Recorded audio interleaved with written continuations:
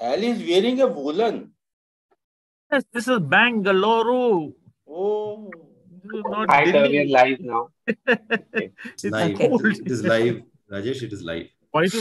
Why do you think I moved from Delhi to Bangalore?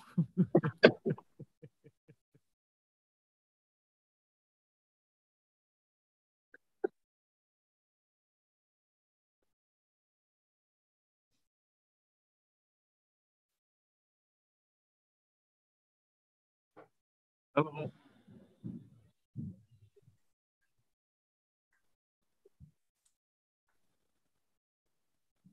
They can't believe I'm wearing a mask.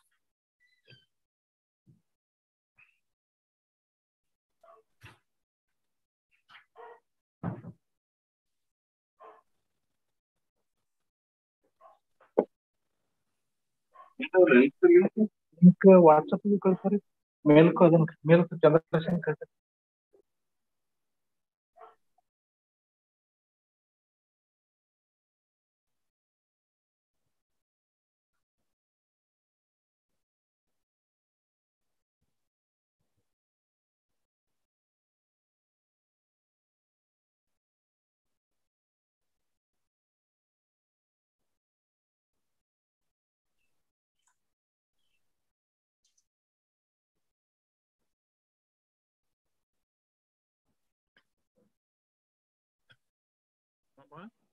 Just pour me some water, warm water.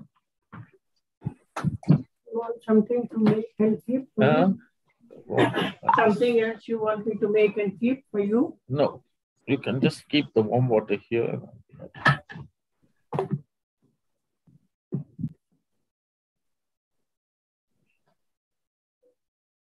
Some hot water.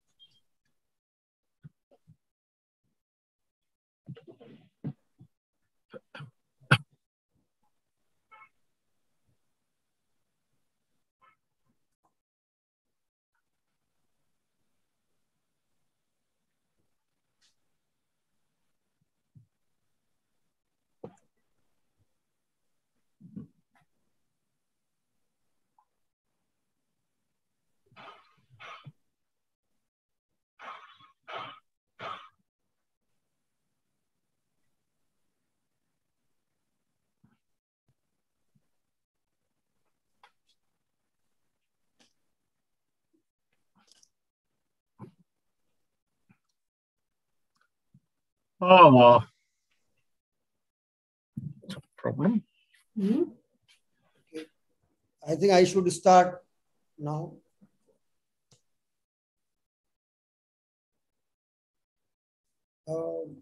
Good morning, everyone. Today is a beautiful day. We are soon going to complete 75 years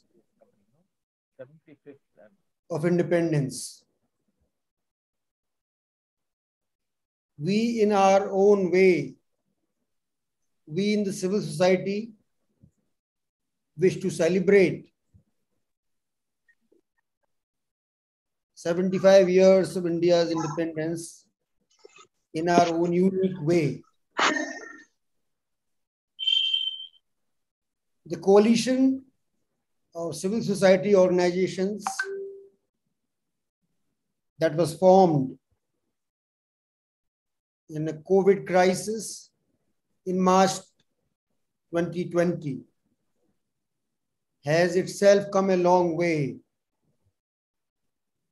Many of us involved at that time, Naren is one of them, and several others.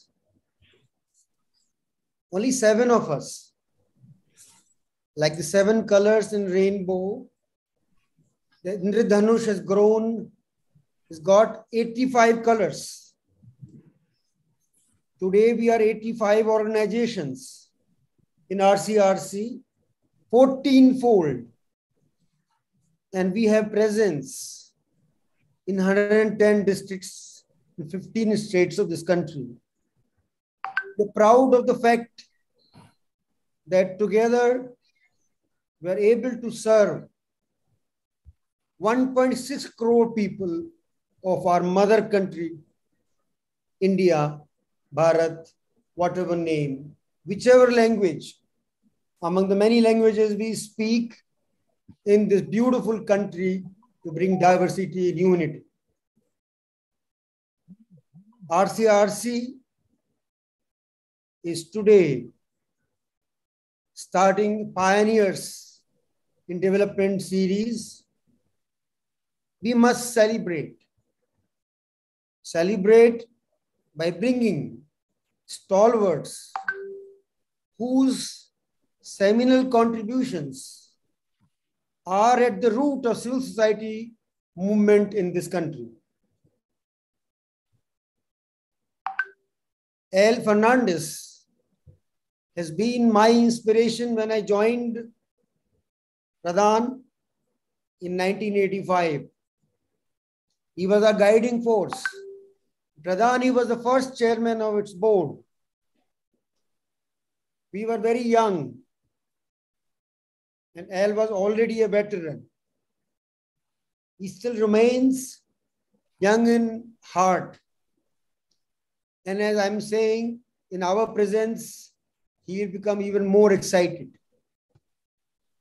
From Al, we will learn a lot today. 1982 was the time Al started, and he's still going strong. 40 years of his journey, how can he finish in 30, 40, 50 minutes? Absolutely impossible. But Al is master of words, master of language, master of philosophy, and master of guiding people, and master of policy making. That we shall learn from Al today.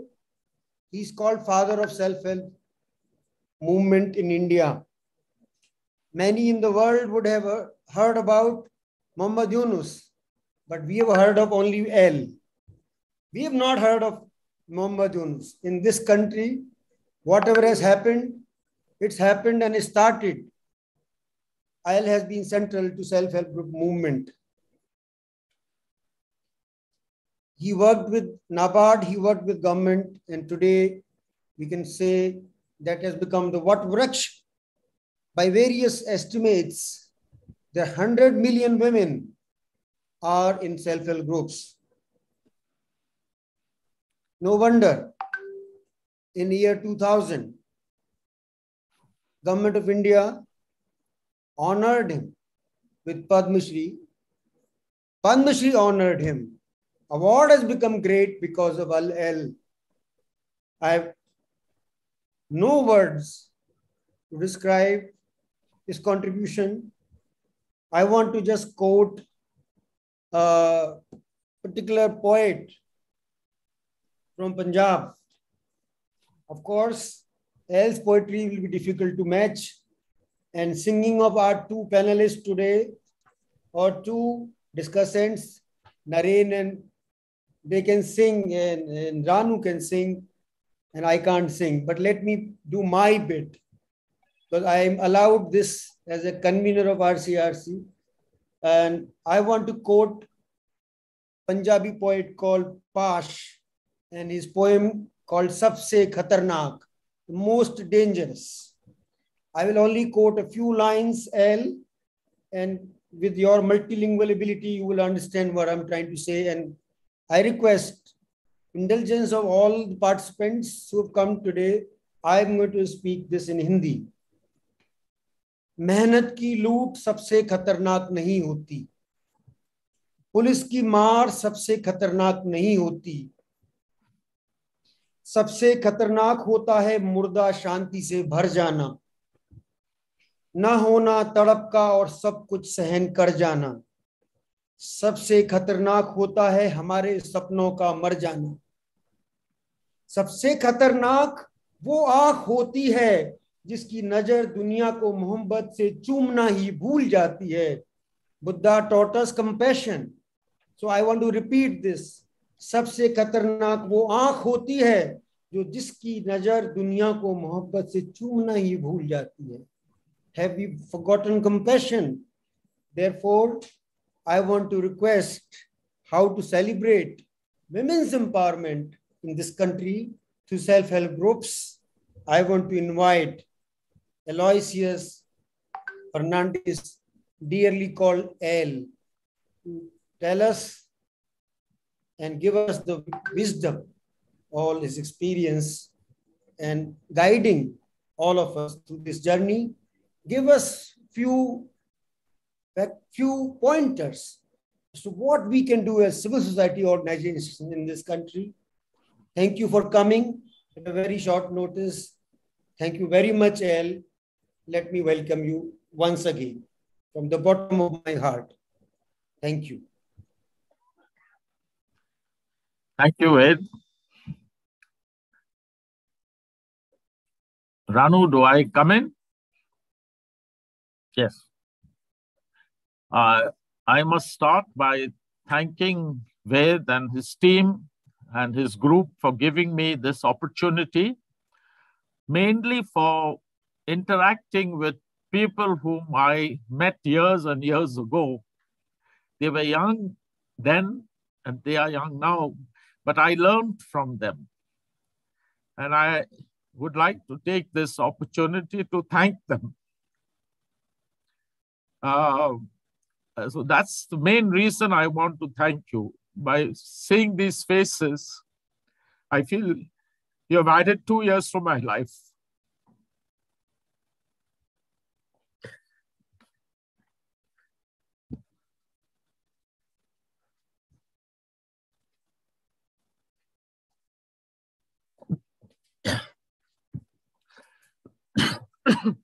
My life has been a life of learning.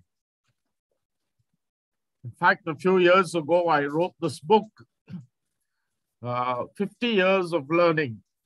I have sold enough copies to meet my costs. So if you haven't got a copy, I'll mail you one. Just send me your mail. And I'll continue learning through this session. I started learning in the 1970s. Of course, before that, I had some degrees from some colleges, but I really started learning in 1971 and throughout the 70s, I was exposed to several disaster situations. The Bangladesh war, the Maharashtra drought, the Ramnath drought. And it is these disasters, man-made and natural-made, which bring out the best and the worst in humanity, which taught me a lot. I relearned. In fact, they removed a lot of baggage that I had on my back, which I had accumulated from my family, my training, my education, my degrees. They de-schooled me. And what did I learn briefly? I learned one, that people had strengths. If they could survive in disasters, and then when I spoke to them, I discovered they had survived in many more before that. They must have strengths. If they've survived in a situation of scarce resources, they must be good managers. And two, that people helped one another in these situations, irrespective of caste or creed. The refugee operation 71, it was the Hindus in Bangladesh who welcomed the Muslims who came from Pakistan. Now in the 80s, so then in the 70s, I said, fine, let me not give people a fish to eat, but teach them to fish. So I was very busy training people in skills of various types. But in the 80s, I learned something more. I discovered that it was not enough to teach people to fish because they could not reach the river. After teaching them to fish, there were several other obstacles coming from power groups arising from politics, caste, the whole feudal society in the rural area that I was working in. And then when they reached the river, they found that the rights of fishing had already been captured by the richer people. So it was just not enough to teach them to fish. They had to find some way to reach the river. And then I realized that they couldn't do it alone. Neither could they do it in a motley group of people who just protested. They had to do it in a systematic way through their own institutions and find perhaps another way to the river if they couldn't overcome the obstacles. So with these learnings that I learned of the 70s and 80s, they opened my life and my eyes to really what was happening in the rural area after I came to join Mairada in 1982. That is the year Pradhan was formed. Now, when I came, I knew that government had put in place two institutions: the Panchayati Raj, which was for governance, and the cooperatives, which were for development. All of this we studied as youngsters. Now, so we started in Mairada working with the cooperatives. Because we were working in development, so we said we should work with the cooperatives. Now, when we started working with the cooperatives, oh gosh, what happened here now? Did I touch something? You are okay, Al. You can continue. Yeah. Can you hear me? He can hear. We can hear you. Yes. Okay, but what has happened here now? Hello. Keep talking. Hello, but can you see me? Yes, yes. All okay. Yes, they can see you. Okay. Well, I don't know. Well, when I start something, I don't know. When I started working with the cooperatives, we found that we worked with the primary agricultural credit cooperatives. We found that the cooperatives were not helping the poor. We were supporting them. And let me give you a few examples. That's the best. When I lived in the villages, we worked with the primary agricultural credit cooperatives. But I found that the cooperatives, instead of helping the poor, were really being used to exploit them. And what do I mean by this? Can you hear me? I think I've gone Yes. Yes, we can hear you, Al. I've gone off. Al, we can hear you. We can see you. You cannot see us. I've gone off. From my screen has gone off anyhow. I think his screen has gone. They can hear you and they can see you. Okay. But he can't see us. I think that's the problem. I can hear you also, but I can't see you. Okay. Hello? It doesn't matter. Yeah. Okay. They can hear you and they can see you. So carry on. Hello. Are you okay now? Yes. Okay. Now, I'll give you 2 examples. And I learned this not from classrooms, but sitting in the liquor shop in a village called Huttur. Some of the poorer people from the cooperatives told me, sir, we can't, the president and secretary of the society take loans from the cooperative at 7 to 8% and on lend to us at 30 and 40%. So I said, oh. And secondly, they said, and then if they lend to us, we have to work on their fields. And there were several other examples like this, which meant to me, coming from a background of the Canadian government where cooperatives were really very successful. And I said, well, something is wrong here. And I worked with Amul also, very successful, but I'll come to that difference later, why Amul was successful and why the primary agricultural credit societies were not successful in helping the small man, whereas Amul did. So I said, we have to do something about this. And we began talking to the people, and they came to us in small groups and refused to return the money to the cooperative society. So what we saw was, and after discussing with them, we said, well, why don't you return your loans that you took from the cooperative to yourself? And that is how this whole credit management group started. We called them credit management groups at that time.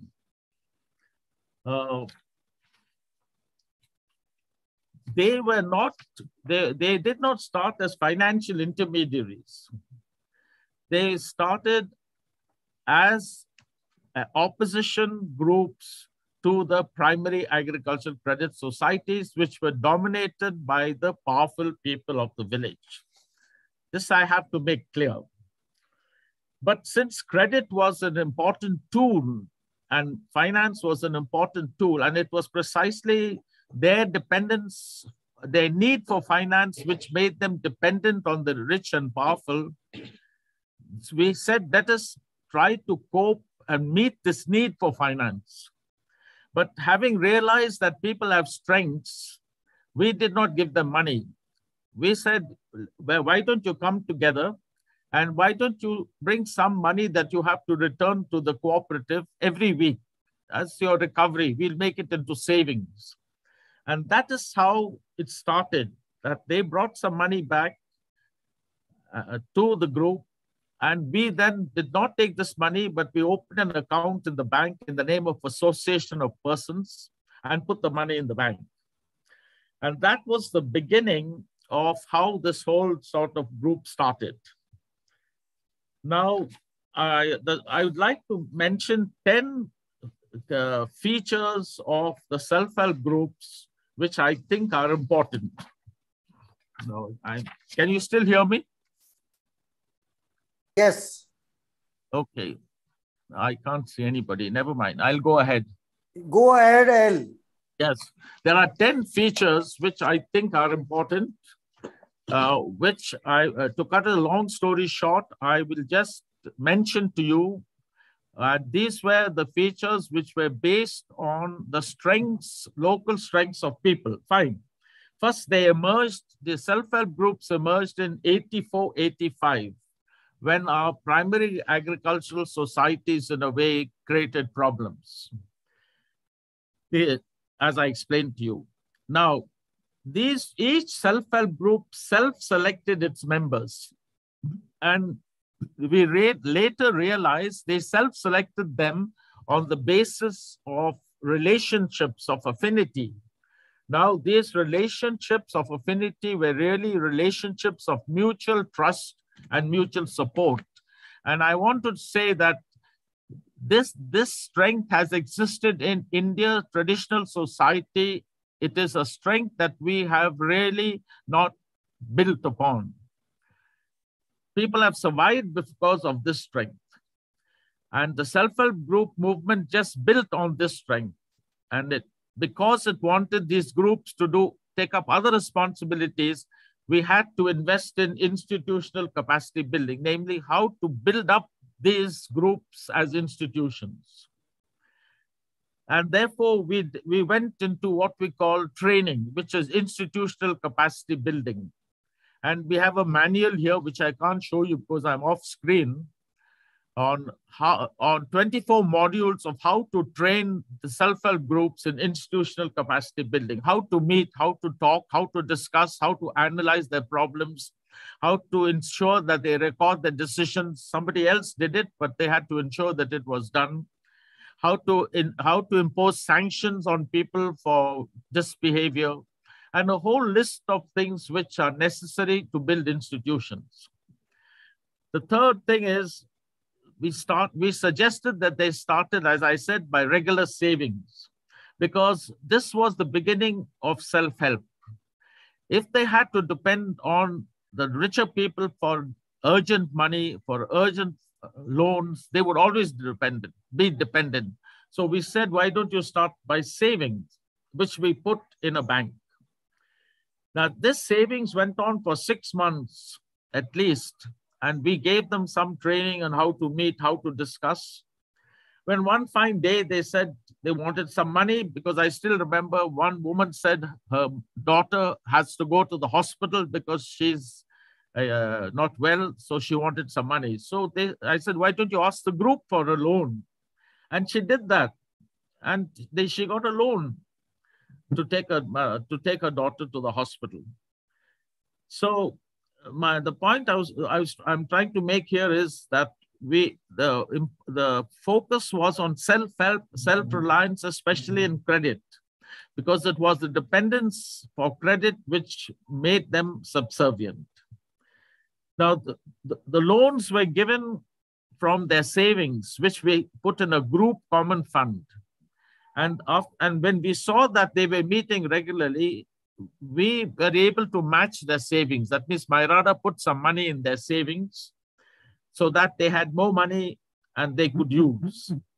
What we also discovered was that when they lent this money to this woman, they said, okay, you take 400 rupees and after 3 months, you return 405 rupees. So they had added a little bit. It wasn't an interest. It was just a kind of a bonus, which they...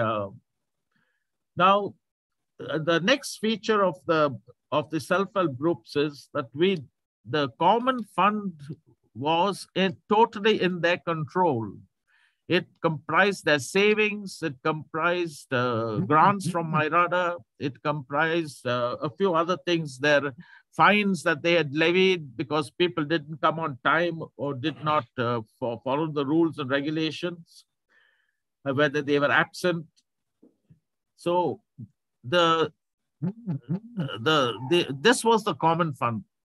Now, when Myrada gave this grant to the group on lent to individuals, but Myrada did not give the grant based on the projects and the loans. It gave the grant to the group as an institution.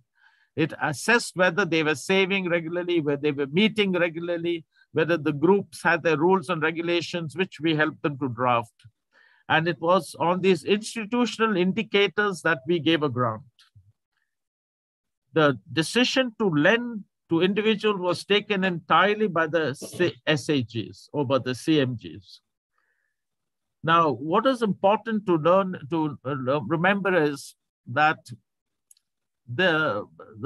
these self-help groups, they were originally called credit management groups, set their own agenda. Myrada didn't tell them to do watersheds or to do livelihoods. The agenda was set by them. By every meeting, they set their own agenda, and they were gradually trained to implement what was their priorities.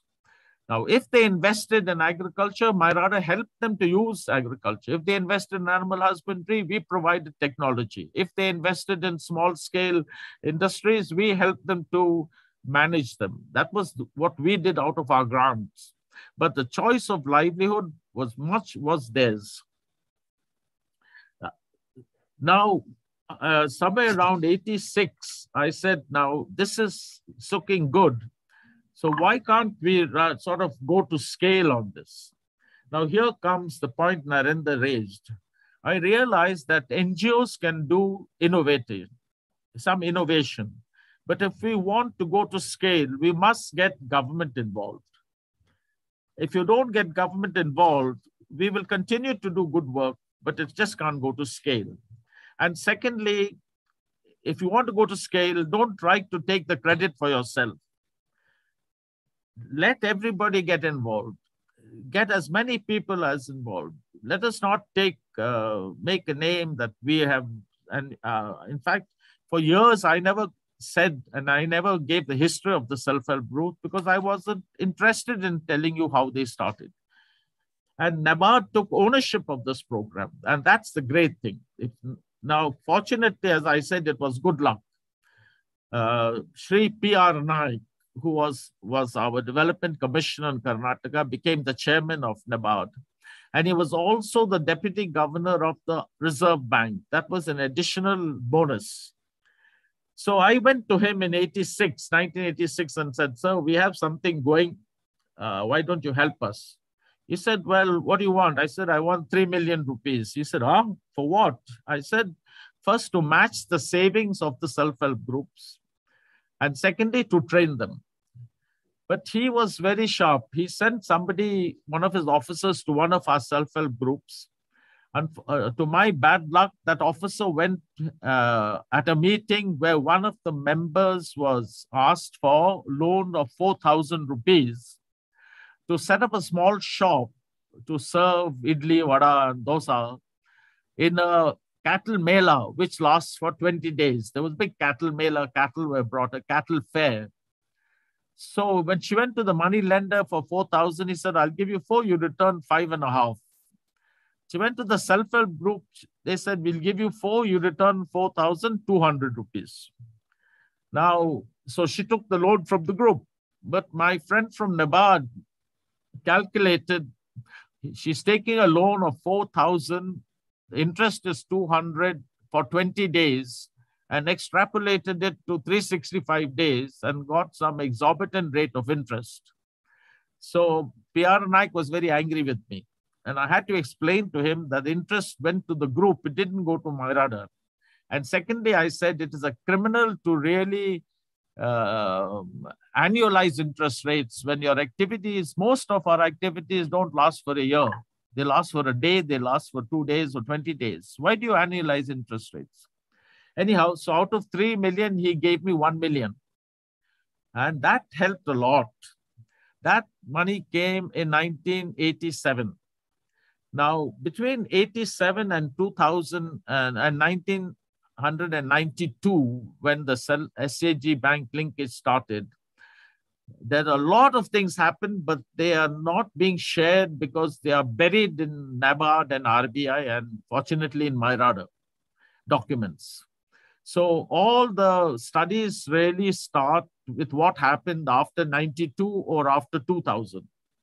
But between 87, when we got that 1 million, and 92, when it became official, when SAG Bank became official, a lot of work was done. Meetings were held. We had tremendous cooperation from Dr. Rangarajan, who was deputy governor of RBI at that time. We had tremendous cooperation from P.R. Naik, who was the leader in this whole movement. And following him from Mr. Koteya, who was the chairman of NABARD, and then Nanda. And we had a tremendous cooperation from Subhash Wadhwa, who was the CGM, Chief General Manager of NABARD for Karnataka. He worked so closely with all the groups and the banks, especially to convince them. The major problem at that time was two. One, the banks were reluctant to give a bulk loan to the group. They've always been accustomed to giving individual loans. And here we were asking them to give a bulk loan and let the group decide, because it's impossible for them to decide. That was very difficult. And I remember Nanda and Subhash Wadhwa did, Nanda from NABARD, who was chairman, and before him, Wadhwa in the 90s, 1990, Subhash Wadhwa was a CGM in Bangalore. He went out of his way to persuade the banks to give a bulk loan. In fact, at one of the meetings, he told them, bankers, give a loan, and I guarantee your loan with my provident fund and with my gratuity. He even said that. Now, that is how this movement took off. And then what happened to our good luck? Because we started, IFAD, International Fund for Agricultural Development, started a project in Tamil Nadu, and they were in touch with me and with NABARD. They introduced the self-help group in the project in Tamil Nadu. And now they had to get a banker who would agree to give loans directly to the group. And they found the chairman of the Indian Bank who said, yes, I'll do that. Now, these were the people who took this step, the steps that really helped us to launch the self-help group SAG bank linkage program. So ultimately, there were three major policy decisions and that were made by RBI and NABARD, which have not been made by any organization in the world. First, they said, we don't need another bank like the Grameen Bank to lend to small people. We have been doing this for years. Small loans have been given to people for years. So we don't need another bank. We have the RRBs, we have the cooperatives. Secondly, they said, but we need to change because the formal sector, the banks are run in the formal sector by formal systems. They are not in sync with the informal sector. The informal sector, the cash flow is completely different. The risks are completely different. So we need to adjust. The variety, the diversity is completely different in the informal sector. And they took three decisions, which I must congratulate our policymakers for. One, they said, allow the groups, give a bulk loan to the group. And let the group decide after it has been trained, after it has saved, after it has lent internally and proved that it can do all this. If they prove they can lend money and return their own money, then the bank should give a loan to the group. But give it as a bulk. Do not try to break down into individual loans. And it worked because the studies were made by NABARD, and it was found, the banks found it much cheaper to do this, to assess the group as an institution, to visit the group once, and then to give a bulk loan. And what was more important is, because the group was fully in charge of the loan, it was the group that took the money back to the bank. One of the members of the self-help groups visited the bank every week to return money, or every 2 weeks to return money. It wasn't the bank who had to go to the self-help group. Today, the MFIs send their staff to the self-help groups. Those days, the self-help groups went to the bank. And this built the relationship between the bank and the poor people. And when we made a survey and asked the people, what did you benefit? First, of course, they said easy credit. Secondly, they said respect from the bankers. And what we saw is after a year or two of saving in the self-help group, many of our self-help group members opened accounts and saved in the bank. So there was financial inclusion for you at their age when they were confident that they were able to do it. So the first state that incorporated self-help groups was Tamil Nadu. And of course, from there it went to Maharashtra and to all over thanks to IFAD, which incorporated it in Karnataka and elsewhere. But the first loan to a bulk loan to the group was given by Ramesh Gelli of Vaishya Bank on September 13, 1991. And that was, the RBI had expressed willingness earlier that the bulk loan could be given, but the actual first loan was given by Vaishya Bank, really. And as I said, the first state to incorporate it in a massive scale was Tamil Nadu, and the first bank to take it on a state level was the Indian Bank. So these were the people who I think were responsible for really putting the whole thing together. And that is what Dr. Rangarajan said. The self-help group movement was the largest cooperative endeavor on microfinance in the world. There were thousands of bank branches involved, the cooperatives were involved, thousands of NGOs were involved, and it was a cooperative endeavor, and that is why it spread, and you have so many people today. Now, am I still with you? Very much, L. Yeah. Okay, so now that's the first part. Now, if there are now, can you give me a minute, because I'm off the screen and I'd like to get back on the screen. Sure. And when I come back, before I go to the next step, I'd like you to just ask me some clarification. So just give me a minute, okay? No problem. Okay, now how do I go on this?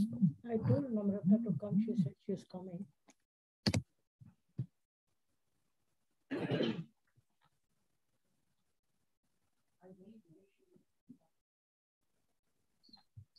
So I believe if there are questions, people could also type it into the Q&A or the chat. Yeah. Narendra, Ranu, you could ask that. Yeah. Use the interval. Yeah, I mean, there are 157 people attending, so minus some of us. So 150 log hain.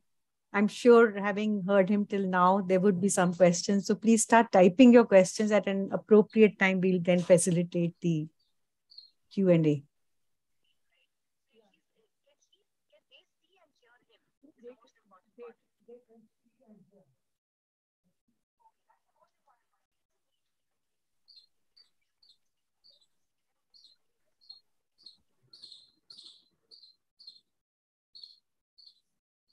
Okay, he had to disconnect. Yeah, I thought as much. He needed to leave and then better he disconnect and rejoin again. Yeah. So Naren, anything that comes to your mind that we would like to, ask him to flesh out further? It's completely fascinating journey, actually. Yeah. Yeah. Fascinating story. What a very, very, very fascinating. Yeah. I didn't know many things. He became very emotional initially. So yeah, it was very moving. Natural, actually. Yeah, at his age. And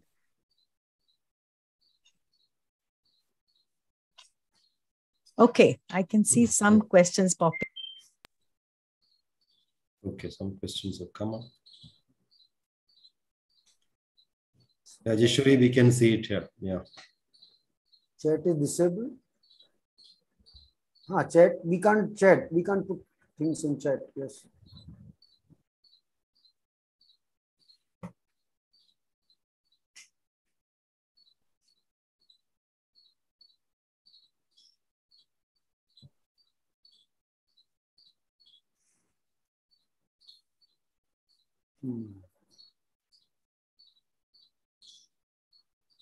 So is there another Aloysius in this group who's asking a question? I think what had happened was he changed his link, shared his link with many of his friends. So people have joined from that link, but that is uniquely named as Aloysius. Oh, okay. So there are many of them, not just one. Cloning. Yeah, he's created a lot of Al's.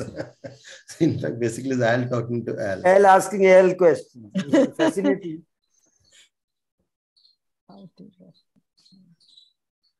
Sorry, we are having a joke at your expense, whoever that Al Fernandez was.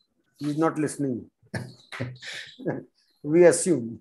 No, he is listening. He's asked a question. He or she is listening, asked a question.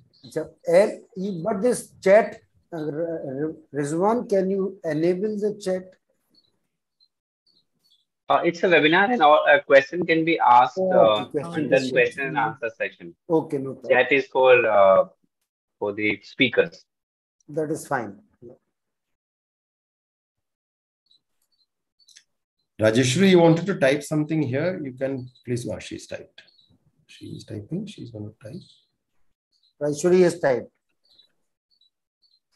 Okay, Alice gone up to the 5 features.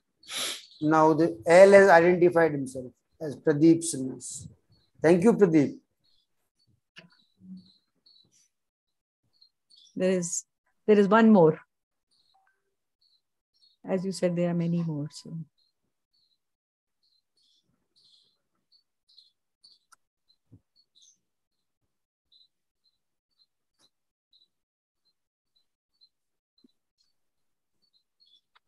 So there are a couple of questions about the women aspect, which we can.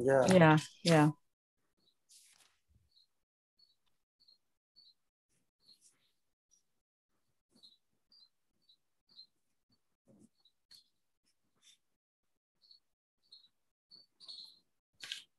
Okay.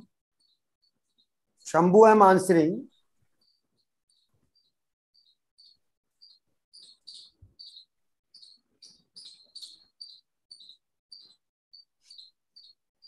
Does he have a technical support person there with him? Otherwise, somebody from our group can talk to him. But there is no PPT. No. I'm just saying because he's struggling. No, I'm answering Rajeshwari. Okay.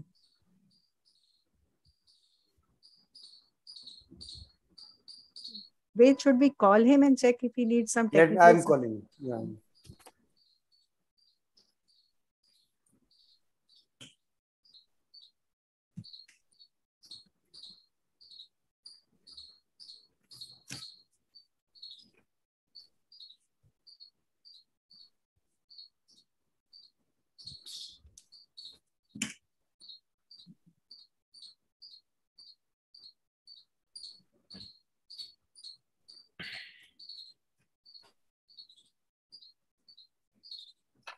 Hi, L. Yes, hello.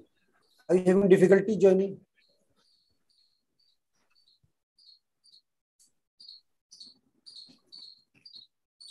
Okay, yeah. Can you use the same link to join or not? Yes, please. Yeah. Okay, sure.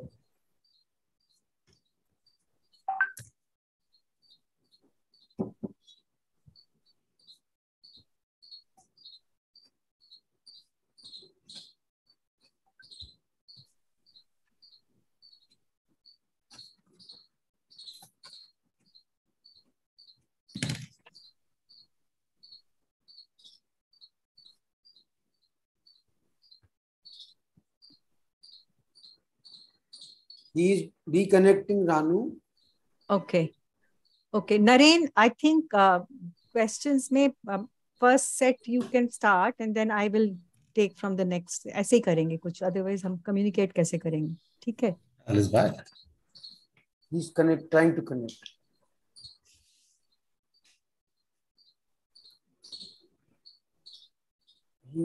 It's very difficult if you don't see the audience, no? Yeah. Speaking to a vacuum.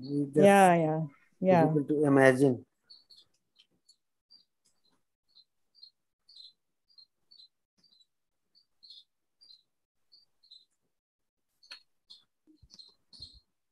Anonymous attendee.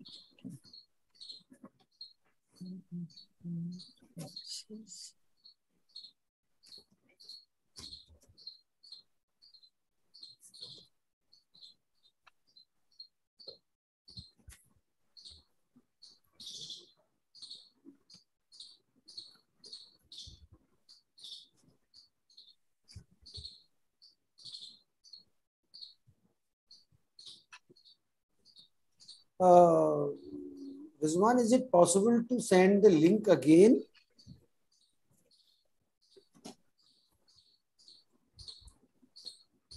Rizwan? Sure, I'll send the link again. Send the link again and then send it to me on WhatsApp. If that helps, I don't know whether that helps. Sure, sir. I'll just send it. Yes, yeah.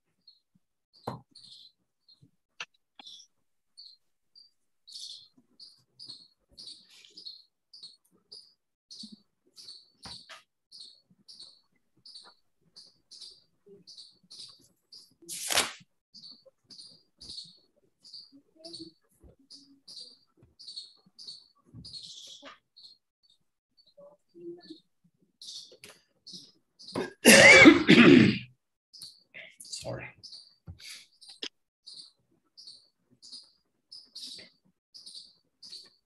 Wait, sir, I've sent you a link.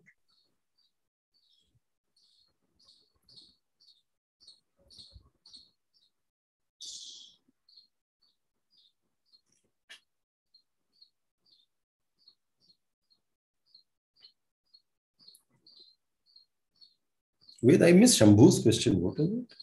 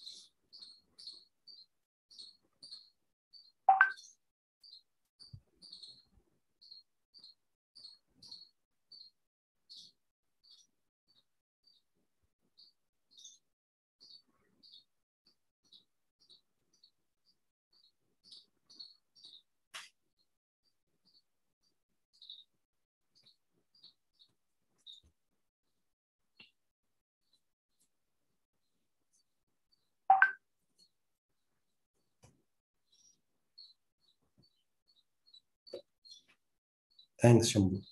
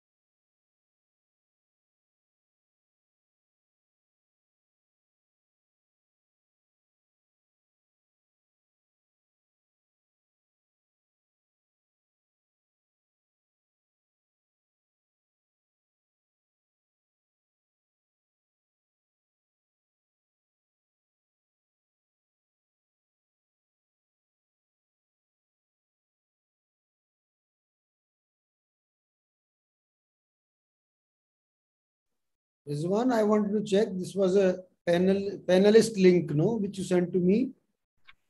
Yes, sir. It's a panelist link. Are we able to join? If not, then there may be issue because attendees have joined through the same link. In that case, I can remove attendees and share a fresh link with them. Sorry? Is that link working for Elsa? I just sent it to him from WhatsApp to his email. He's got it. He's trying. New panelists can join in the middle of the session, right? Yes.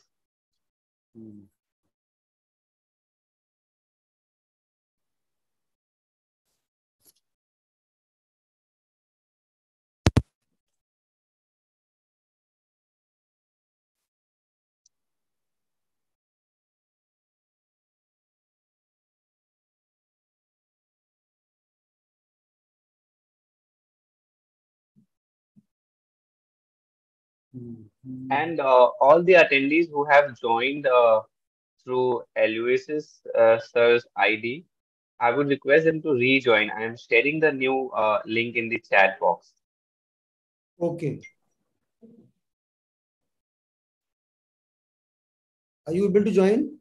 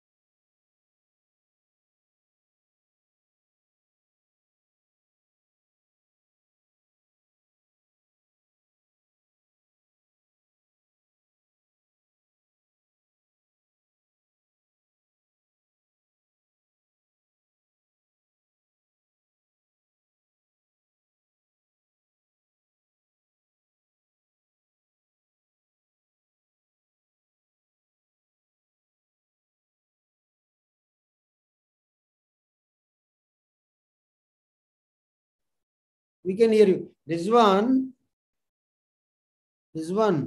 Yes, sir. Allow attendees to speak.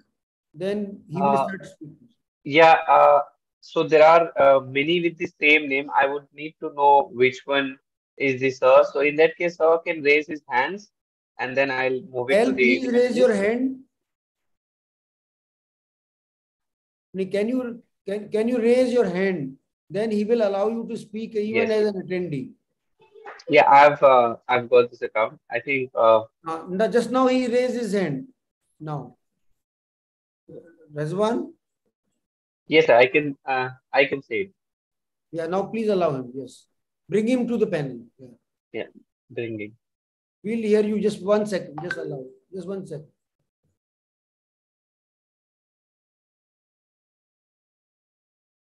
Now, yeah, L, you speak now.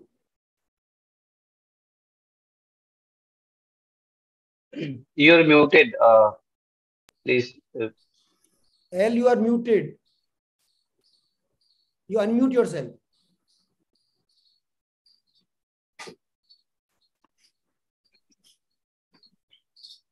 Yeah.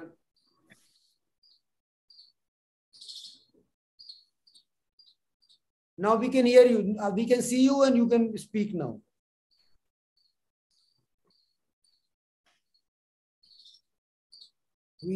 On the phone I can hear you, but not on the. No, that is not Al. Is that Al? No, I think we'll have to. L, you unmute yourself. Unmute.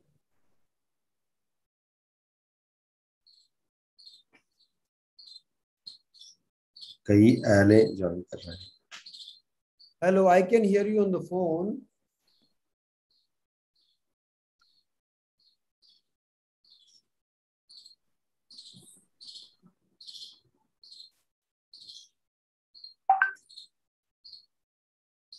I can hear you on the phone, not there. Rizwan, you unmute. You can unmute all Aloysius Fernandez. No. I will. I am doing that.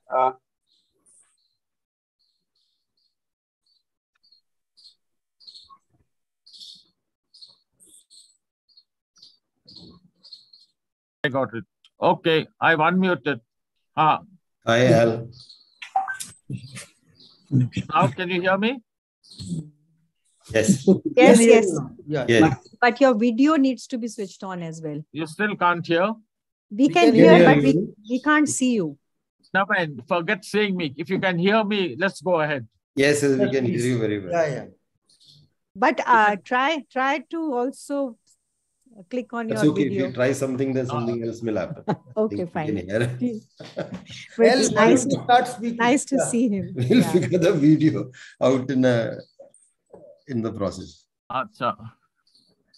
This is Al. Many other Can you hear me? Yes. Yes. Okay, then let's go ahead. Yeah. So Al, have you got some questions? Let's start with some. If you have some questions before I go ahead. No, Al, we have covered 5 of the 10 points. So we now rest of the 5 points you can begin talking. You were saying Dr. Rangarajan said this is the largest cooperative endeavor in the world.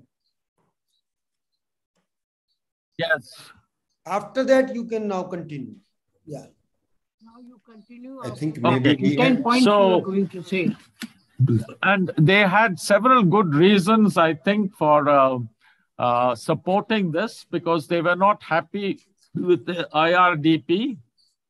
But the point I would like to make is this: the self-help group is not something that is a solution for everything. The self-help group was a transition strategy. It was a transition strategy which enabled and allowed the informal sector to link up with the formal sector. That is our major problem. Very often, the formal sector takes decisions and the informal sector really cannot live with them. So what the formal sector therefore had to make those 3 policy decisions: to give a bulk loan to the group. The second policy decision was to give a loan to an unregistered group. That was a very difficult decision to take, and Dr. Rangarajan supported it. And the third was to give a loan without security. Now, these were 3 major policy decisions.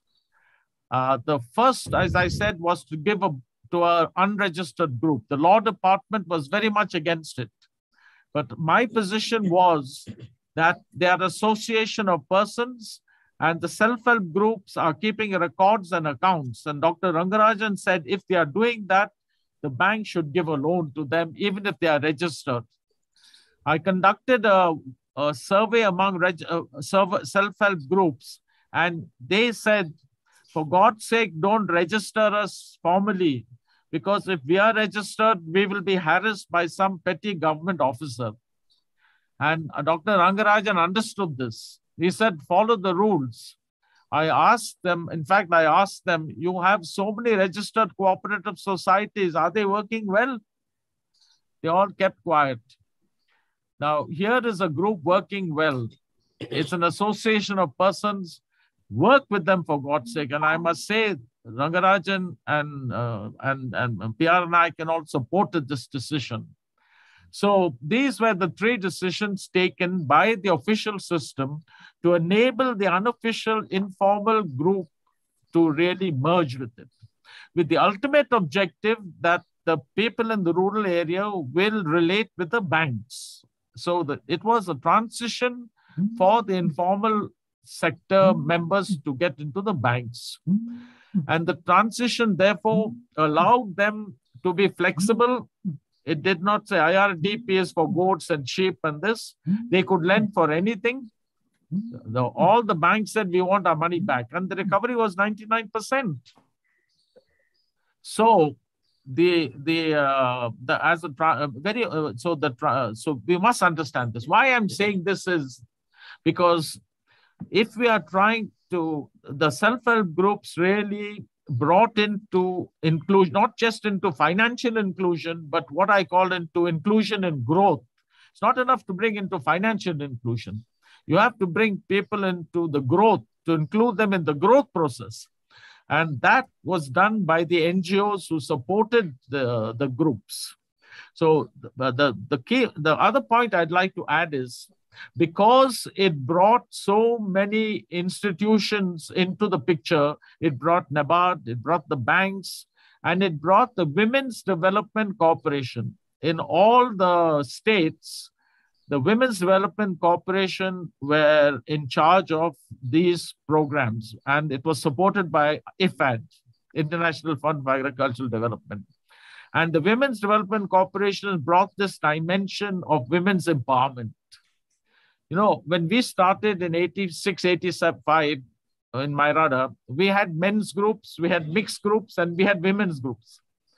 But then we found that the men were not serious because in the evening they had other places to go to, never came for a self-help group meeting.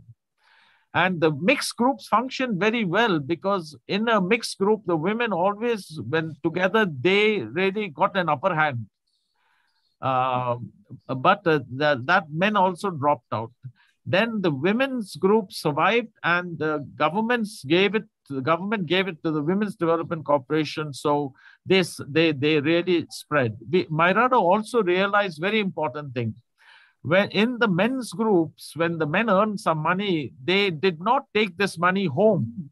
They used it to buy a new angavastram or some new or smoke from BD to cigarette.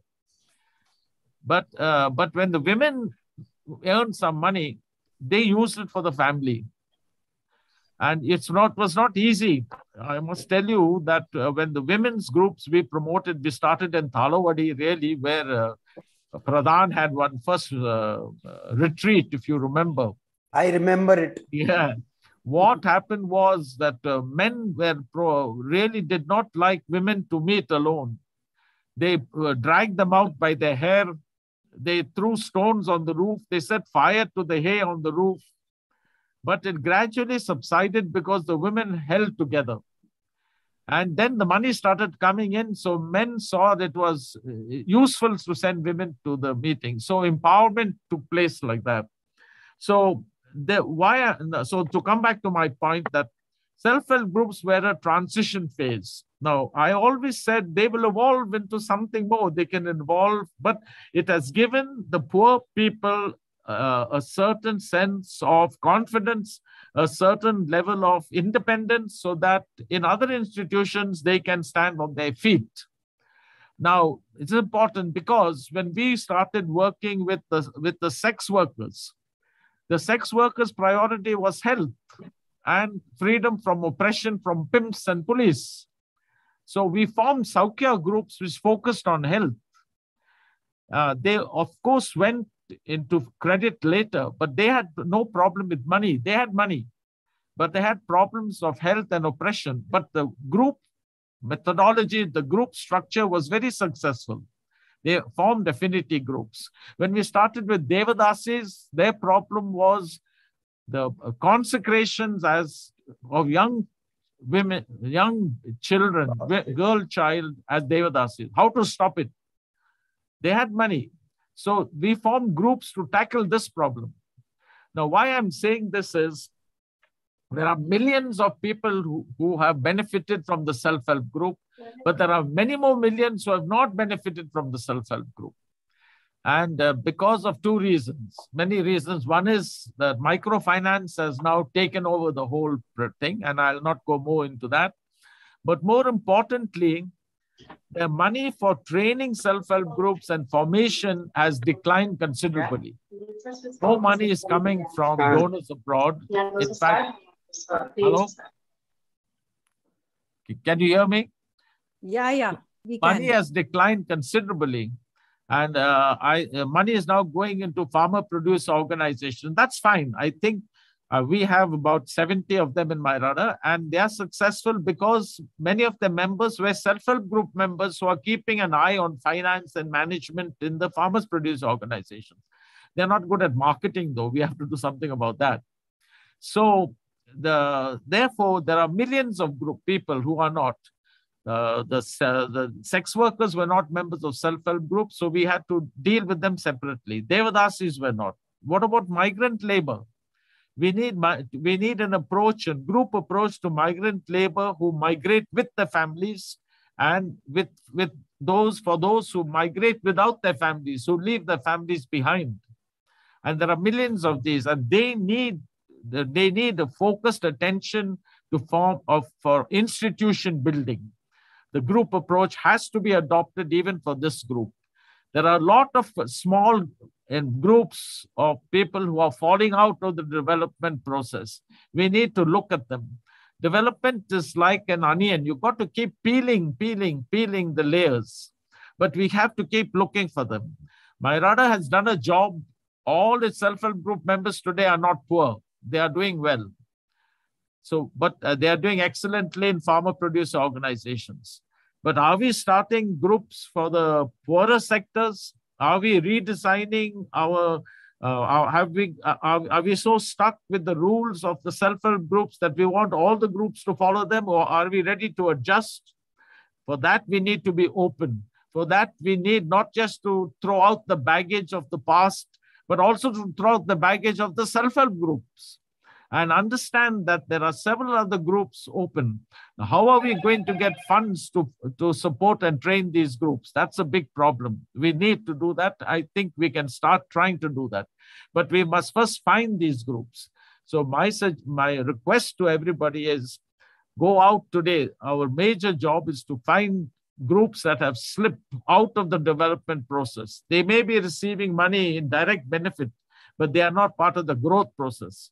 How do we bring them into the growth process? It's becoming more and more difficult, I think, to get them into the growth process because you need to be far more equipped digitally to get into it today. So how do we get into this? So these are the challenges, I think, for the future. We need to throw out the past baggage, which I accumulated in my education, which I got de-schooled during the 70s, during the disasters. Then I accumulated again with the self-help groups. We need to really throw all this baggage out and go back to the roots, go back to the basics, to using the group formation, the group ideology, the group and the networking of groups. Today, what has happened in Myrada? I can only tell you that the self-help groups have amalgamated into community managed resource centers, about 80 to 100 of them. They are community managed resource centers. And Myrada, we had sub offices in our projects. We have handed over these offices to them. They are now running it. They charge for all the services. They charge the self-help groups for all the services they render to them. They audit their books. They charge for it. They give them information on several schemes. They try to get them loans. They charge for them. So the community managed resource centers are today independent financially in Myrada. One of them, in fact, is even running a radio station. You'll be surprised, called Namadwani. It is the only community managed radio station in the country. And the government is now, and it was used extensively in COVID, where government officers came and really broadcasted how to avoid, to take preventive measures for COVID. So institutions like Myrada and all of us have to move on with new specs, new glasses, and new insights into several groups, which I think have not had the benefit of self-help groups. They need to be brought in, and we need to find how the group approach can be adapted to them. Okay, I'll stop with that.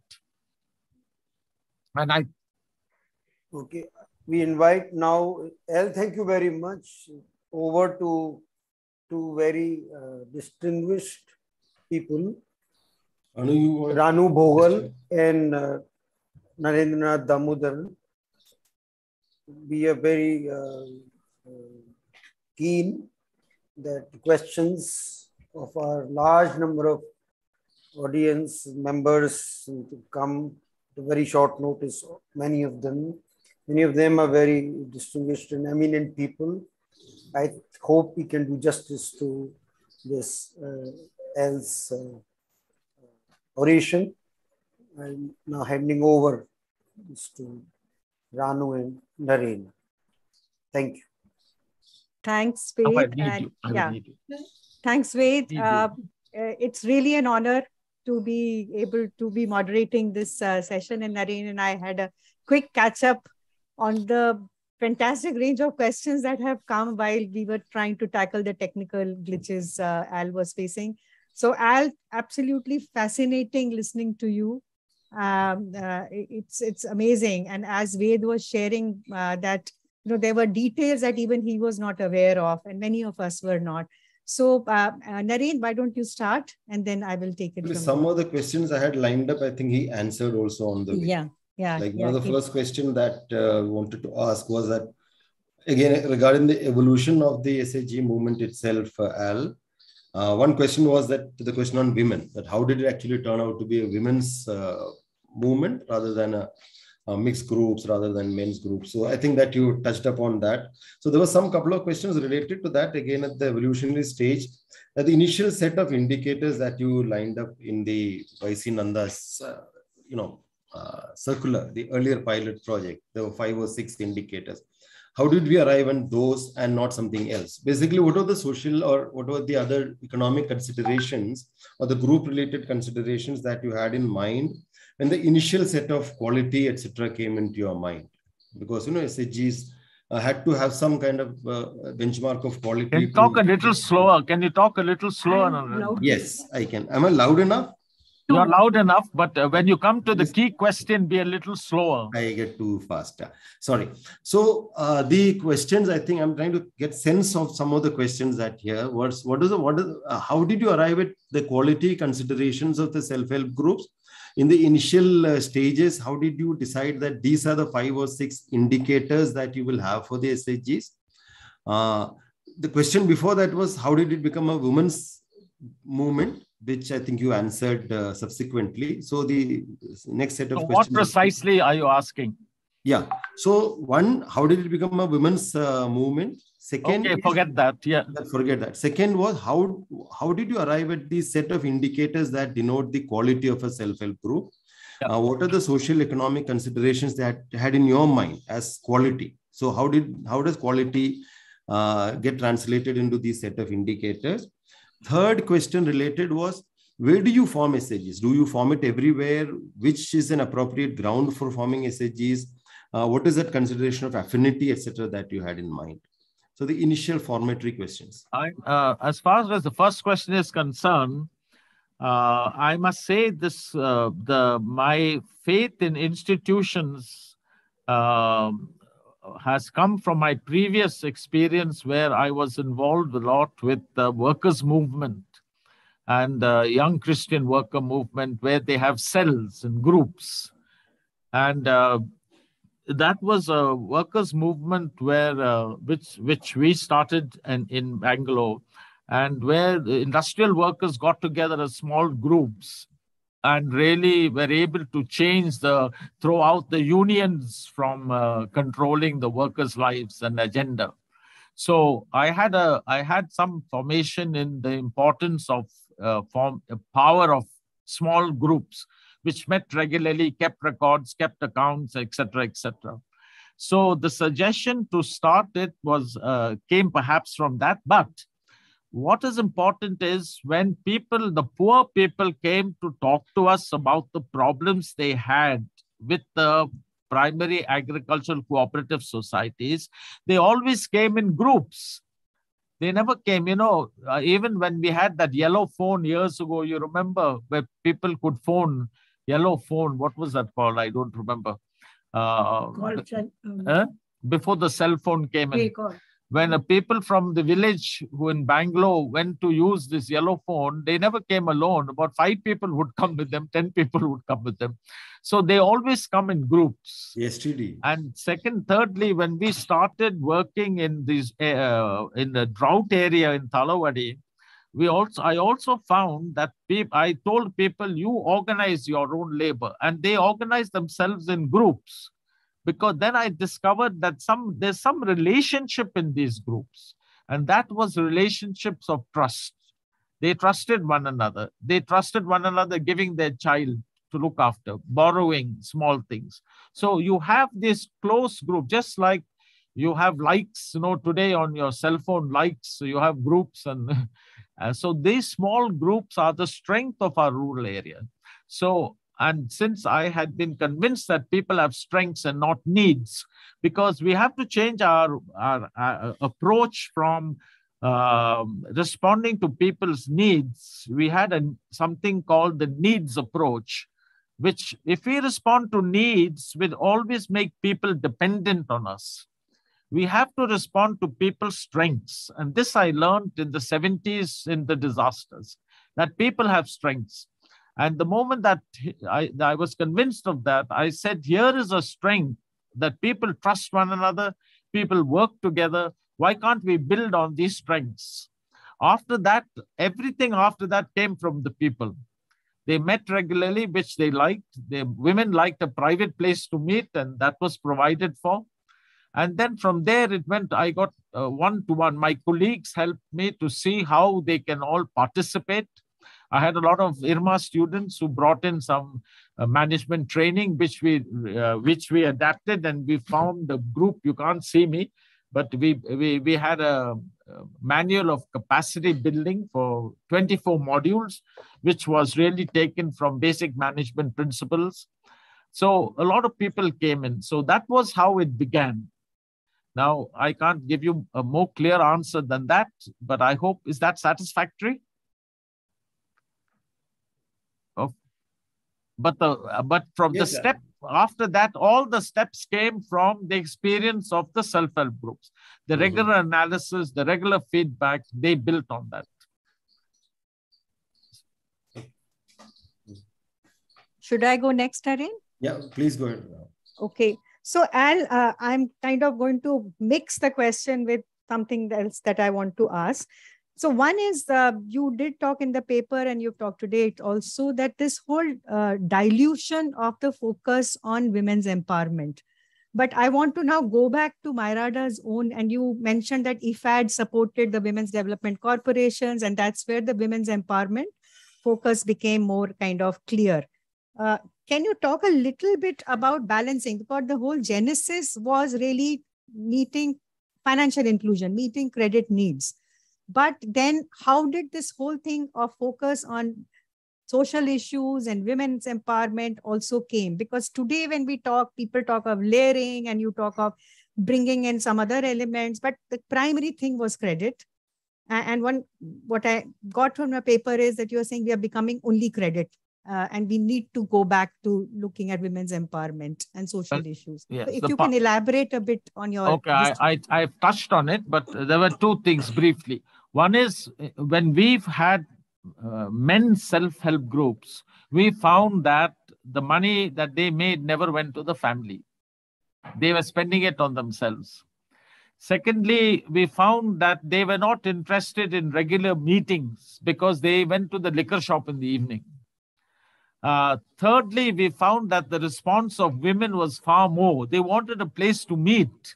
In fact, when I was in Bihar, I saw one of our big big companies decided to drill wells right in the village because the women were walking 1 kilometer to go and bring water from the river. But they drilled the well thinking it is close to the village, but no women took water from the well. Because the going and drinking water was not just the water. They had the 2 hours to talk among themselves, to share their experiences. So that was why they went there also. So they need a place to talk. They need a place to really exchange. And we provided them with that. So the women's groups began to increase in number. Then when IFAD and Tamil Nadu government came in, and the Women's Development Corporation really was handling the project, they focused on women. And we therefore backed them fully. and therefore it became a women's program. That was put all these reasons together why it became a women's program. And now what happened was, and I'm not after in the recent times, most of the women's development corporations have been the resources have dwindled tremendously. Okay, and in Karnataka, the women's development corporations were managing the self-help groups. Okay, with Myrada was helping them. The entire self-help groups have been moved over to the R&D, Rural Development Department, entirely. Now they are good, but they are not focusing on women. Okay, so, and the only state that has managed to fight this has been Maharashtra with Mavim. But even there, I have a feeling things are, the money resources for women development corporations has dwindled considerably.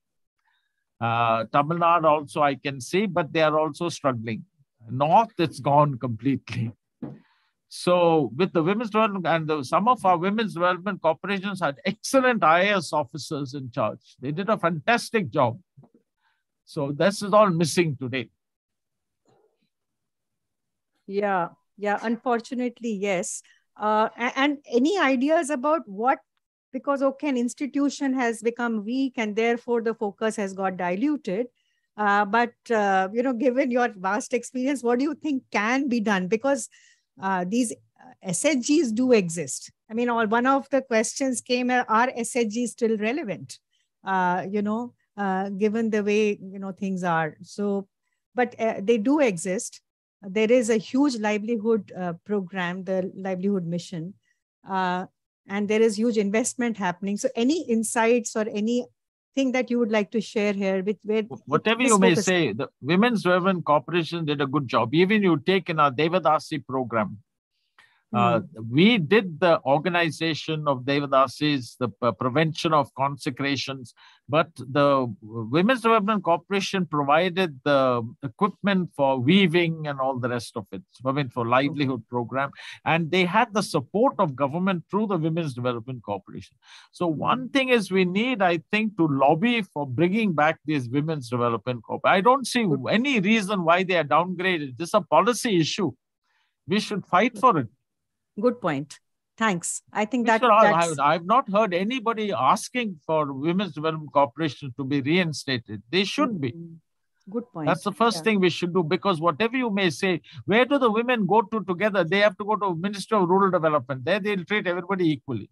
So True. If they really are serious about it, you need a focal point at the state level, isn't it? Absolutely. Absolutely. Naren, over to you. I think that's a very brilliant point. Never thought about it in that sense. Very true. But again, it's a continuation of the same question that Ranu was asking. In the current context, when the market is, you said the purpose of the self-help group was to link the informal to the formal. And at some point of time, when the formal sector is there, then this link or this bridge may or may not have a very strong role. I don't know if you said it, but I'm just paraphrasing it like that. So today, I mean, the market is really so evolved. There are microfinance institutions. There is a whole National Rural Livelihoods Mission. There's a whole... Slowly. Sorry. So today, where the market is quite evolved, Al, there is the farmer producer institutions. They are growing in large scale. The microfinance institutions, our portfolio outstanding today is almost at the same level as the whole of National Rural Livelihoods Mission's SHG portfolio. About 1.5 lakh crore rupees outstanding. So the MFI sector is also really... I know all that. Yeah. So the MFI sector is really caught up. So at this point of time, what are those, again, those fundamentally very basic purposes, functions that the SHG continues to have? And there is also the larger social context today, the politicization of the SHGs. There's a lot of politically trying to co-opt the whole SHGs by many parties. So in this larger context, how do you think the SHGs continue to have a relevance, or do they have a relevance, or do they have a relevance in a different way? And there are 3 or 4 issues there. First is, I think you can change the name if you like. call them other places in Scotland. I've started. They call them something else. They call them mutual support groups or something. We have self-help groups in Scotland, for your information. They came and looked at our groups and they started there. Yeah. Wow. So you call them, but we need. They are not politicized as much as they are bureaucratized. The self-help groups today are used by the bureaucracy as part of their delivery system. That's it. They made PDOs. They are asked to do this and that. Now, they were to a certain extent politicized by Mrs. Jayalalitha when she issued a circular in Tamil that no self-help group should get a loan from the bank without her Mandram certificate. And I had to attack her. No, but the basic problem is the bureaucrats think that the self-help groups are very much part of their delivery system. That is the issue today. But the self-help groups are not. They are genuine civil society institutions. They have their own agenda. That's the point. Secondly, what is happening today is the self-help groups today are not self-help groups as we understand them. They have become, the MFIs are using the word group, but really they are dealing with individuals. The entire money goes to individuals, and their staff go to the groups to collect the money. So the groups are there, but they are not self-help groups. And as far as they have no time for empowerment, there is no empowerment going on. The problem now is this: it's even worse. And Narendra, I think we should understand this. When the can I be heard? Am I heard? Hello? Yeah. And this is important. When the banks were lending to the self-help groups directly under the SAG Bank Linkage Program, the interest that they were charging was about 10%, at most 11%. The SAGs were adding 2%, so that was about 13 to 14%. Today, the banks are not lending directly to the self-help groups. They are lending to the MFIs, the NBFC MFIs. They are lending to Sangamitra. Sangamitra was a not-for-profit MFI. I started in 1995, incidentally, perhaps the first. Now, they are lending at 11 to 12 to 13% to the MFIs, and the MFI is then on lending. So the ultimate borrower is paying 20 to 25%. I want to ask you, can you really take up a livelihood activity paying 20 to 25%? Unless it is some quick marketing issue. So it is the entire finance inclusion of the poor, the strategy to include the poor in finance today has been given to the private sector. It is no longer part of the government's plan. And this is correct. The RRBs, which were playing a fantastic job in directly funding the SAGs, have been amalgamated. A 2,000 crore entity has become a 30,000 crore entity. Are you telling me that this large RRBs, today there are only about 40, there were about 196 once upon a time. These large RRBs cannot afford to give small loans. This is a simple economic principle. They will not give loan of 1 lakh, 2 lakhs. What the poor need today are between 1 to 3 lakhs. They will give nothing below 10 lakhs or 20 lakhs because it doesn't break even. So the entire sector of finance, the entire strategy of financial inclusion today is in the hands of the private sector at the 25% to 20% interest rate. I asked 3 chief secretaries who are on my board the other day. When you were chief secretary, they all gave me some equity when I started NABARD Financial Services. But they said your interest rate must only be 11%, cannot be higher than that. Today, I said, you made such a noise. When RRBs were there, they could not lend more than 10 to 11%. It was criminal. That is, but today, when the MFIs are lending at 20 to 25%, you have no problem. You have no problem. You see, this is how we are running. How you tell me, when industrialists, I have nothing, let them get, they are doing a great job. They are getting interest at 8%, 7%, 4%. And the people who want to start a small MSME in my rural area are having to borrow at 20 to 25%. So I am, secondly, Narendra, I want to tell you, all are your MFIs and my MFIs, we focus entirely on pre-loan, assessing the loan, individual loan, which the self-help group did. Today, it is the MFI staff that are doing. They don't have a clue about the people. And they're just discussing and giving loan. The self-help groups, we knew their members. And I called them the Facebook of the 1980s. They knew their members. So they knew whom to lend, whom not to lend. If the husband was a drunken fellow, they would make sure that he didn't drink before they lent money. So today at 25%, so what is happening today is that apart from this whole sector having to get into having much stress, there is no support after the loan is given. We don't give, the MFIs don't spend any time to train the groups before, because they think it's a waste of money to do institutional capacity building. Form the group, lend to the group, call them joint liability, which are neither joint nor liable. And after the loan, they do nothing. The agriculture department has collapsed. The animal husbandry department has become milk marketing. So in the rural area, there is no support. And if you want them to go for non-traditional activities, there's nothing.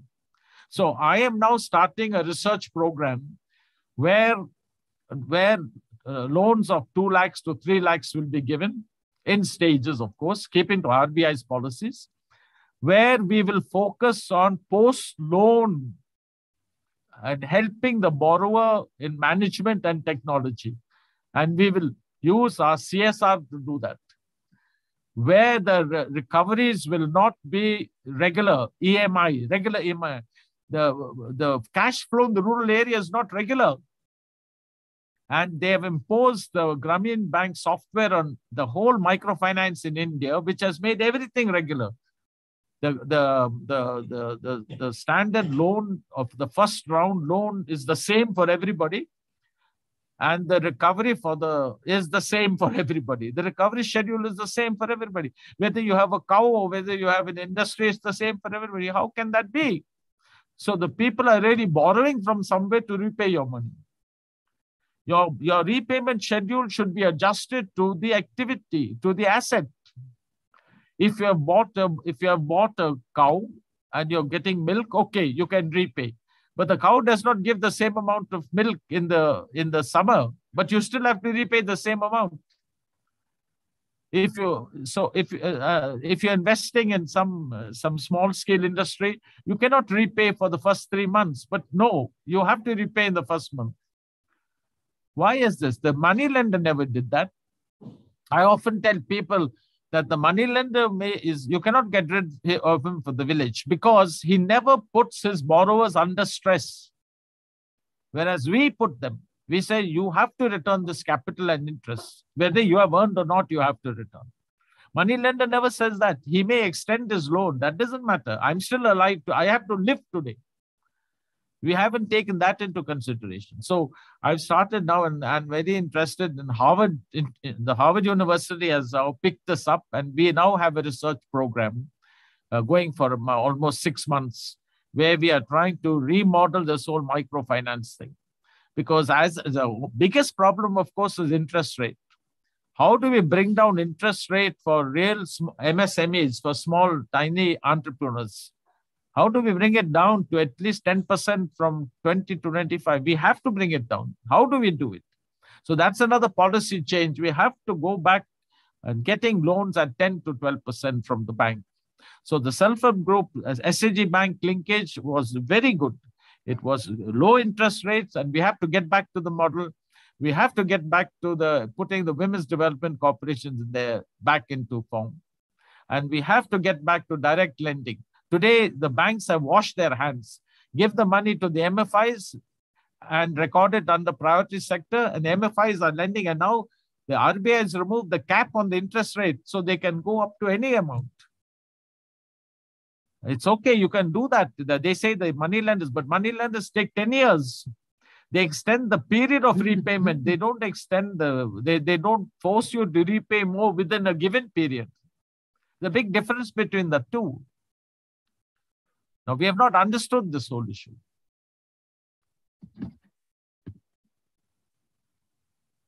Naren, would you like to build on it? I just wanted to add an aside here. In fact, I've been introduced to Sanghamitra a long time back. We used to have this very early Southern meetings when Sanghamitra had been floated by Al, and there was a very bright banker who was the head of it. I forgot his name. God bless him.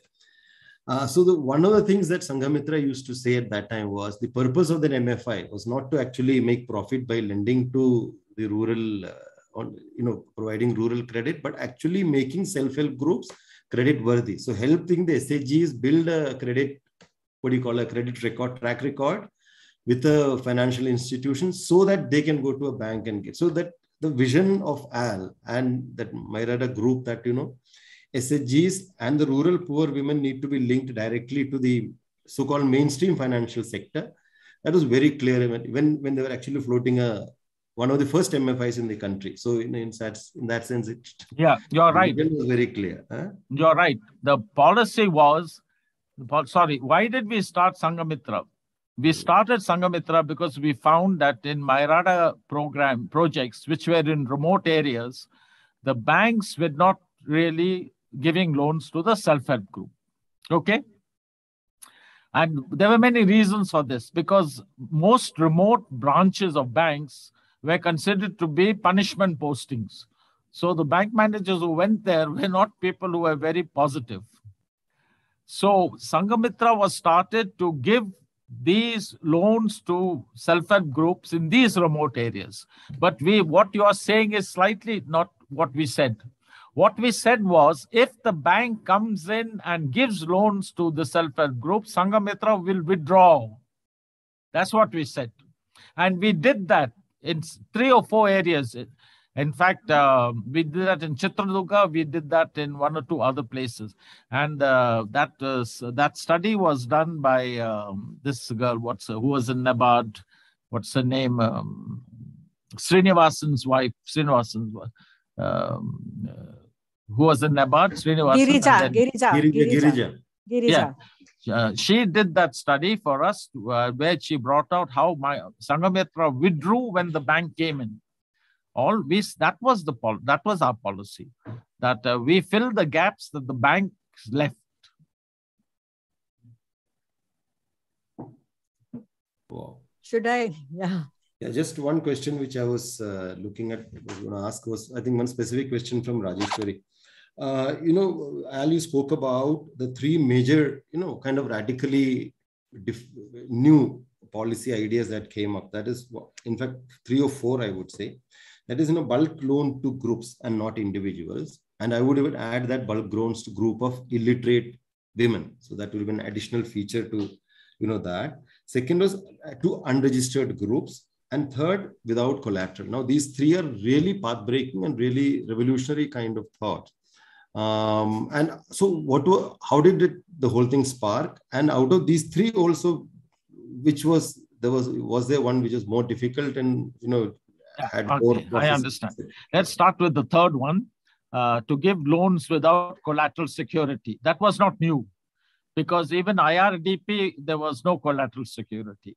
But there was why they gave cows and goats, because they were insured. The insurance was there. So that was easily done away with. The first loan, to give a bulk loan, was the most difficult, because the banks were not accustomed to it.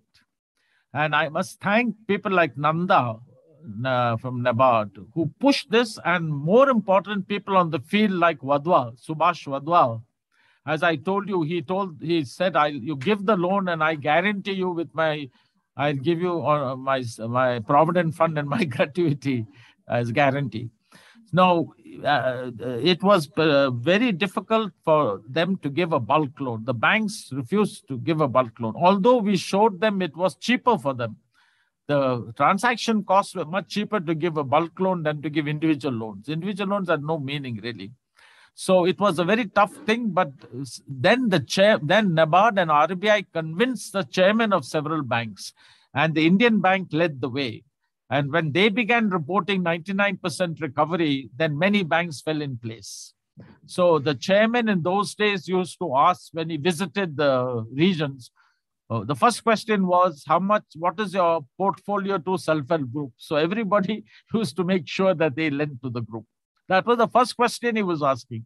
So the message was very clear that came down from on top. So this was a difficult thing, and I agree with you.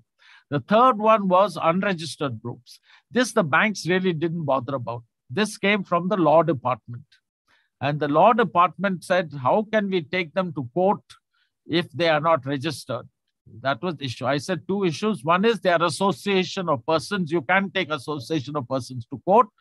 And secondly, I said, you tell me how many cooperatives and land development groups have defaulted. Have you taken anybody to court? No. Then one fellow from Orissa said, yes, sir, we have. He says, these farmers defaulted. We have taken them there. What happened? I said, what is? We have got their land papers. Are they cultivating the land? They are cultivating the land. But papers are, who the hell cares? The papers are with you. So what is the use of this? And then some of the RBI and NABARD fellows had a quiet laugh. So we said, but it was not easy, but it was Dr. Rangarajan, I think, who put his foot down. You see, so these are the great things.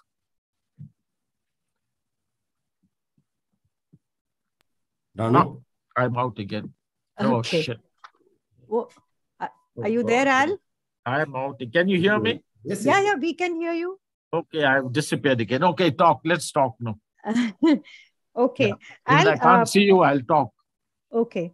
So there is one question from a listener that, there are these multiple other institutions that are emerging in the village landscape, so to say. Like what? Like you yourself mentioned about the farmer producer company, right? Which the one? FPOs. FPOs, yeah, farmer producer organizations. Yeah. Now the SHG and the FPC kind of a relationship. And is there anything to be concerned about here? Is there anything to be concerned about? Oh, yes. Yes. Yeah. And what needs to be, what the person needs to keep in mind to ensure that this relationship works seamlessly the way you have described, say. Okay, I can tell you from our own experience. Yeah. What has happened in the Mairada FPOs is quite interesting. Some of them, many of them have got SAG members, okay? But they are not the bigger people in the FPOs, but they have formed something called FIGs, Farmer Interest Groups, which are smaller groups within the FPOs. And they are doing some lending and some support among themselves. Now, I'm not certain how this is progressing. I'm just telling you what's happening. FPOs are getting good support from government. They're getting machinery, they are getting... but there is a big problem. I can see that where these self-help groups have been strong in the FPOs' finances and accounts and all are kept much better. But the self-help groups among themselves, they had not gone into marketing. They had not gone in a big way into value addition. There were self-help groups who went into collective marketing. I'm not saying no, but not into organized regular marketing, and nobody had gone into value addition as a group, although individuals had gone perhaps. So FPOs are supposed to do this. FPOs, but what are they doing at present? They are only doing bulk purchase, and they are doing, to some extent, selling of bulk purchasing. So they reduce the cost and make access easy. A few of our FPOs are going into value addition because they are attached to our Krishi Vigyan Kendra in Erode. But the problem I'm faced with is that you need a good manager in an FPO. And NABARD and other institutions are paying something. But they keep saying that the usual procedure is, we will give you 100% of the manager's cost in the first year, then 80% or 70% second year, 30% third year, etc. But in an FPO, it should be the other way around, because as the FPO progresses, their activities become more sophisticated. They don't become less sophisticated. From purchasing in bulk, they go into marketing and they go into value addition. So you need much better skilled people. Who's to pay these people? There's no money. From where? From where? You can't. You have to pay them at least 30 to 40,000 rupees. I think the most programs are paying them about 10 to 15,000 allocated. So these are major problems. If you want the FPOs, the SAGs are having an impact on management of FPOs, financial management, transparency, yes. But they are not having an impact on value addition and marketing, which are major issues, because these require some better management skills, and which are really not being provided at this moment. So I don't see a conflict, but I do see, I'm not certain how far the FPOs can go unless they are supported. Of course, in Karnataka, we had another problem, since FPOs are considered to be social service societies. They can't buy agricultural land, but we've managed to get over that. Oh, how? Yeah. What did you do to get over that?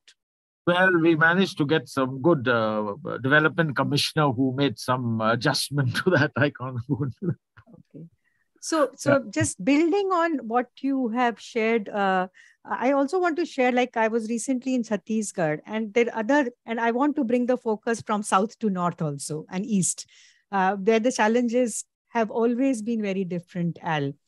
When we were in Pradhan those days, when the southern part of Pradhan led by Wasi, and our northern eastern, I used to be in Chhattisgarh, and we used to find such a huge difference between the SHGs of Tamil Nadu and the SHGs that we were trying to promote in the eastern belt. So any insights on that? Because you've also done a lot of evaluations and reviews across the country through the years.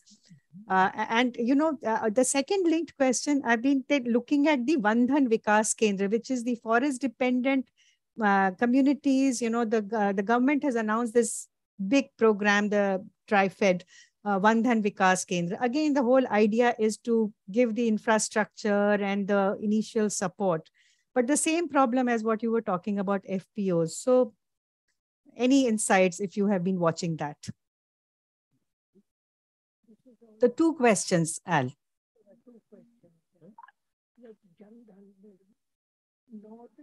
Was it clear? Just a minute. In the northern belt, what is that you have seen during your evaluation, which is different from the south? The south, regarding all so I didn't quite follow what you said, the north and south. Okay. Hello? So sorry, all I can say is say the self-help group did not appeal to everybody, and did not. Some NGOs got into it, and most of the NGOs who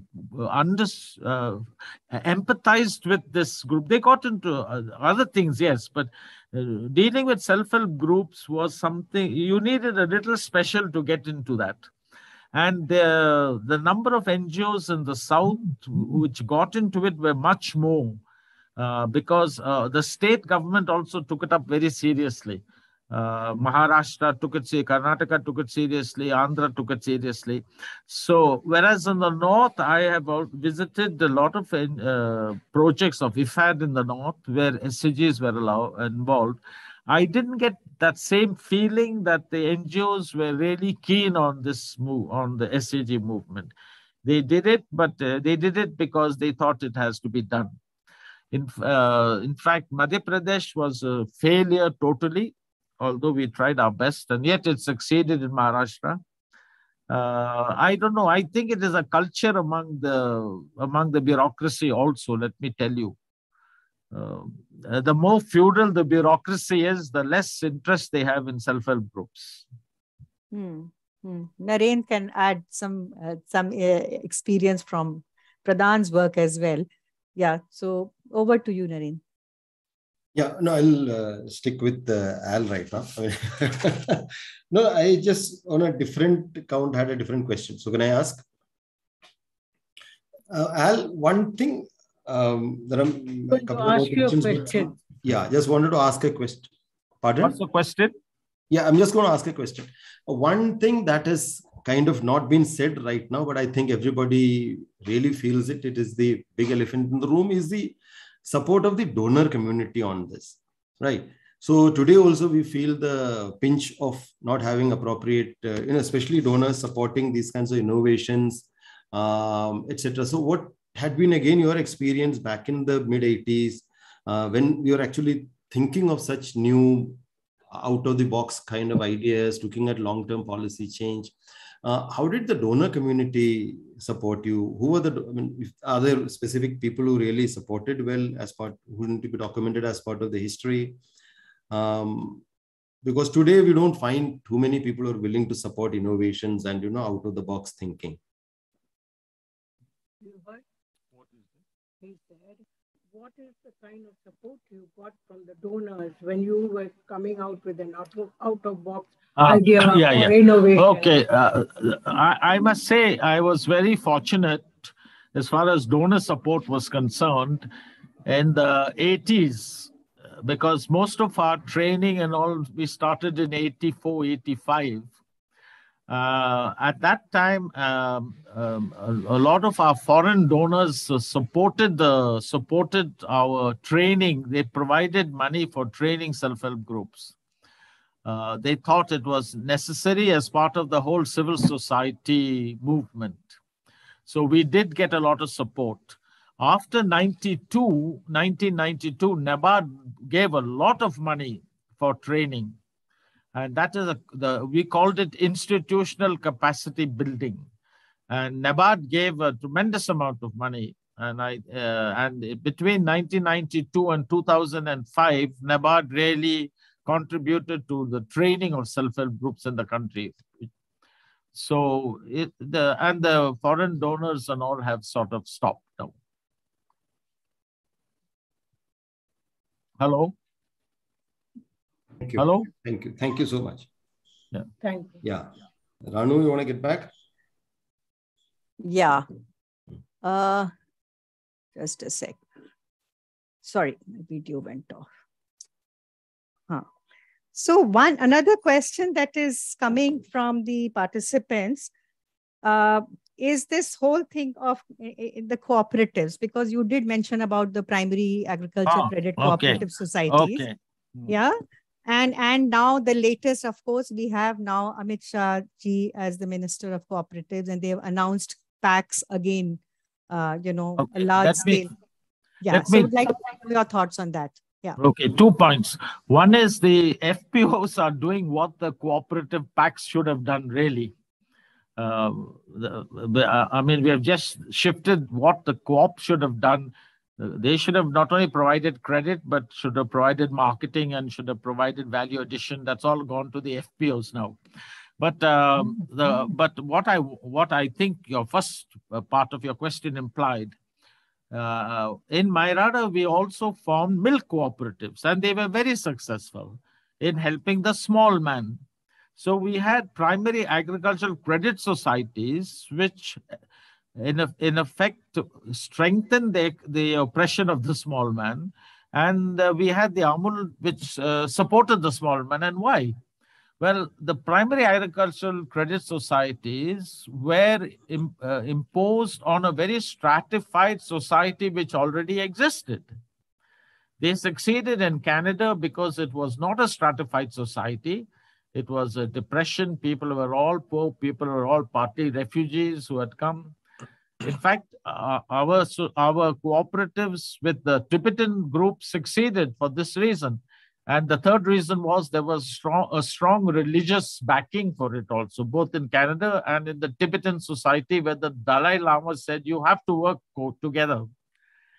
But in our Indian society, the whole cooperative structure, which was supposed to benefit all the members, was imposed on a very stratified society. And the stratified society then used the cooperative to strengthen its position.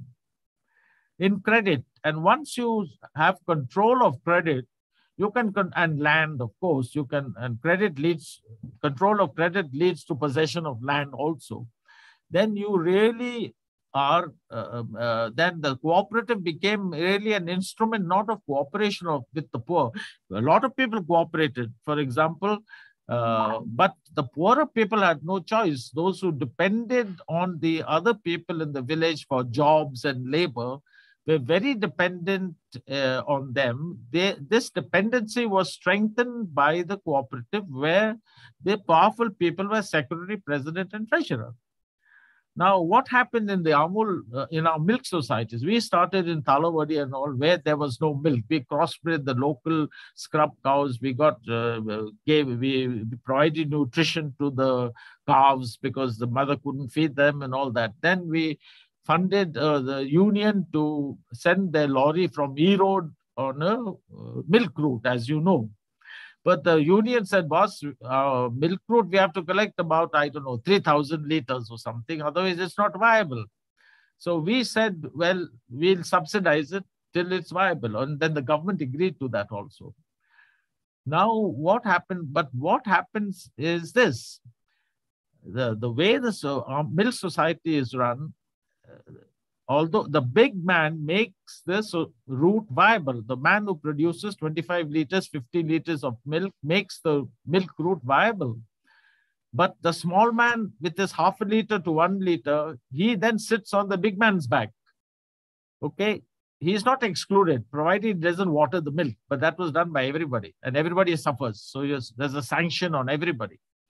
So the small man in a milk society sits on the back of a big man.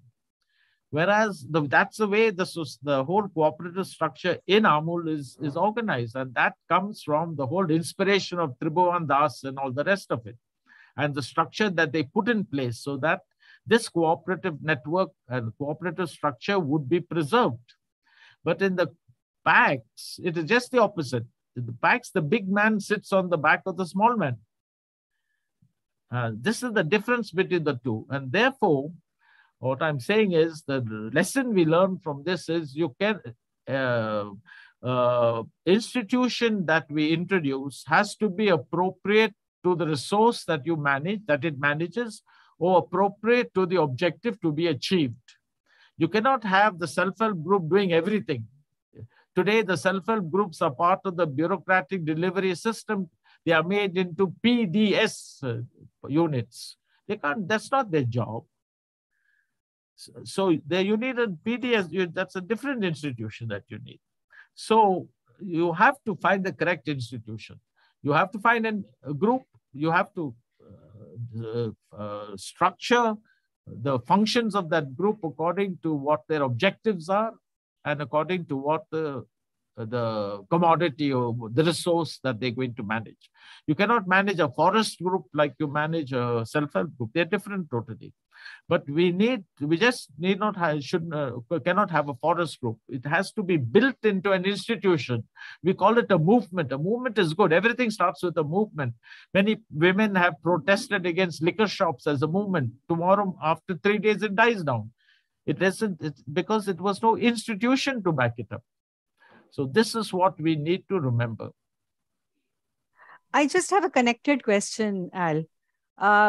Because of course, this conversation is centered around a very committed NGO investing with the communities and bringing about the transformation that we see on ground. But still, we don't have NGO presence everywhere.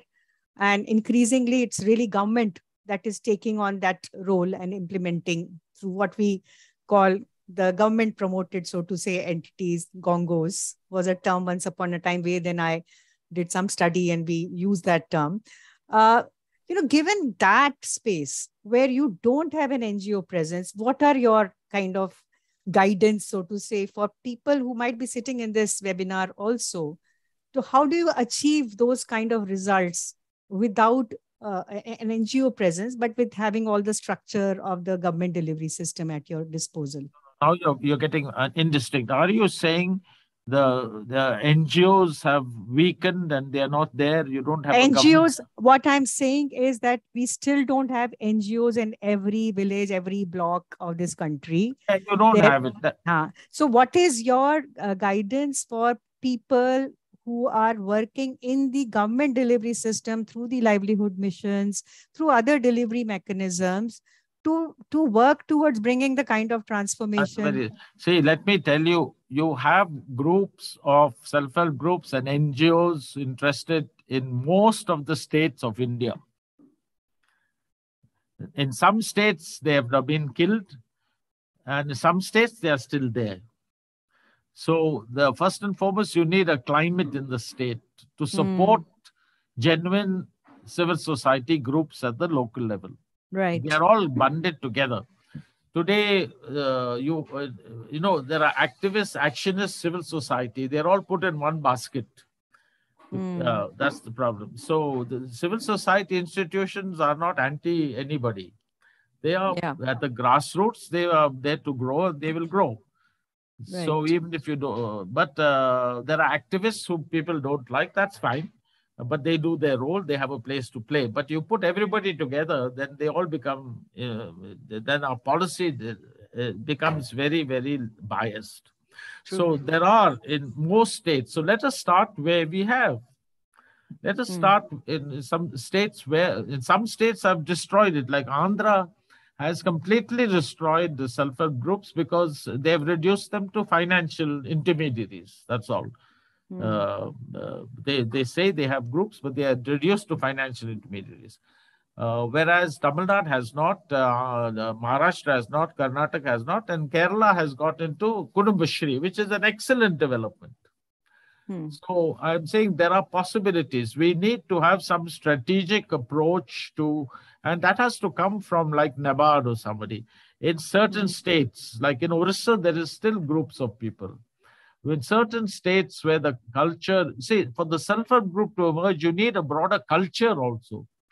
They can't emerge just like the self-help group strengths. They are like diamonds in the mud. The mud has to be, they have to be seen, and the mud has to be washed away.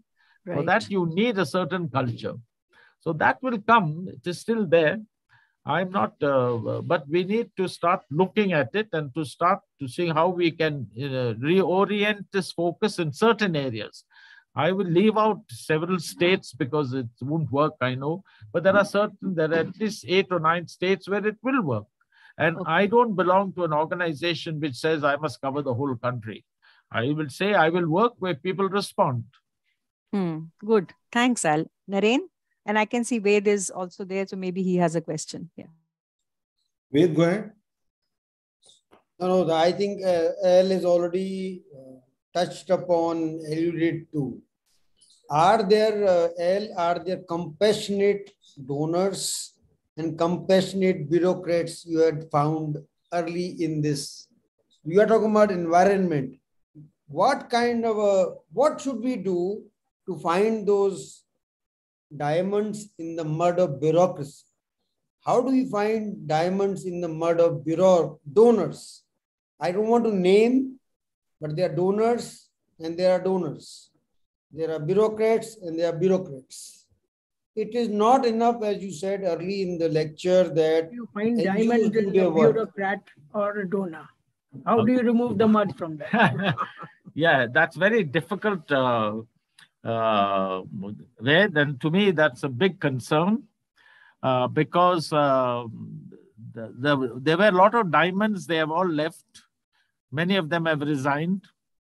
There are still in the institutions, but they need an atmosphere to really shine. Things are not very propitious or supportive for them just now. So we have to wait and see how they, I think, will emerge.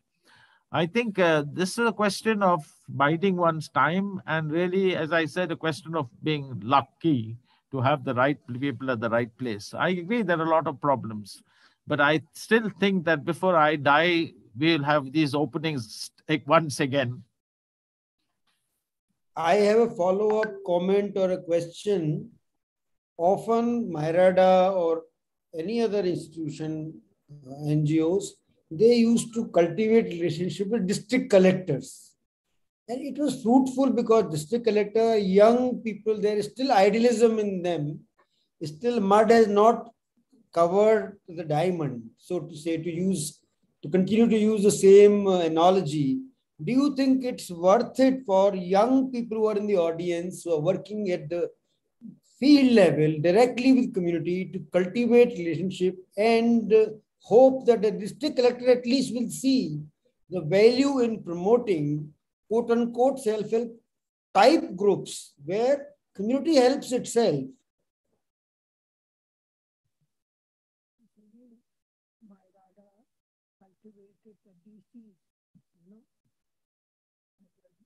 L, could you hear what I said? I think he's being helped with the question. Yeah. And, so, like, they don't collect so much of mud DCs. So Myrada cultivated them. Okay. Do you think that can help that way? I'm not certain of your question, but I just like to answer one previous question about resources. Today, we are still forming self-help groups, but they are not formed by Myrada staff. They are formed by the community resource persons who are members of self-help groups and have been in self-help groups with long experience. They are the ones that are forming self-help groups today and training self-help groups. So the cost has come down considerably. So that can also be done. And I think that's the way to go till funds really come into the picture. The other thing is, how did those...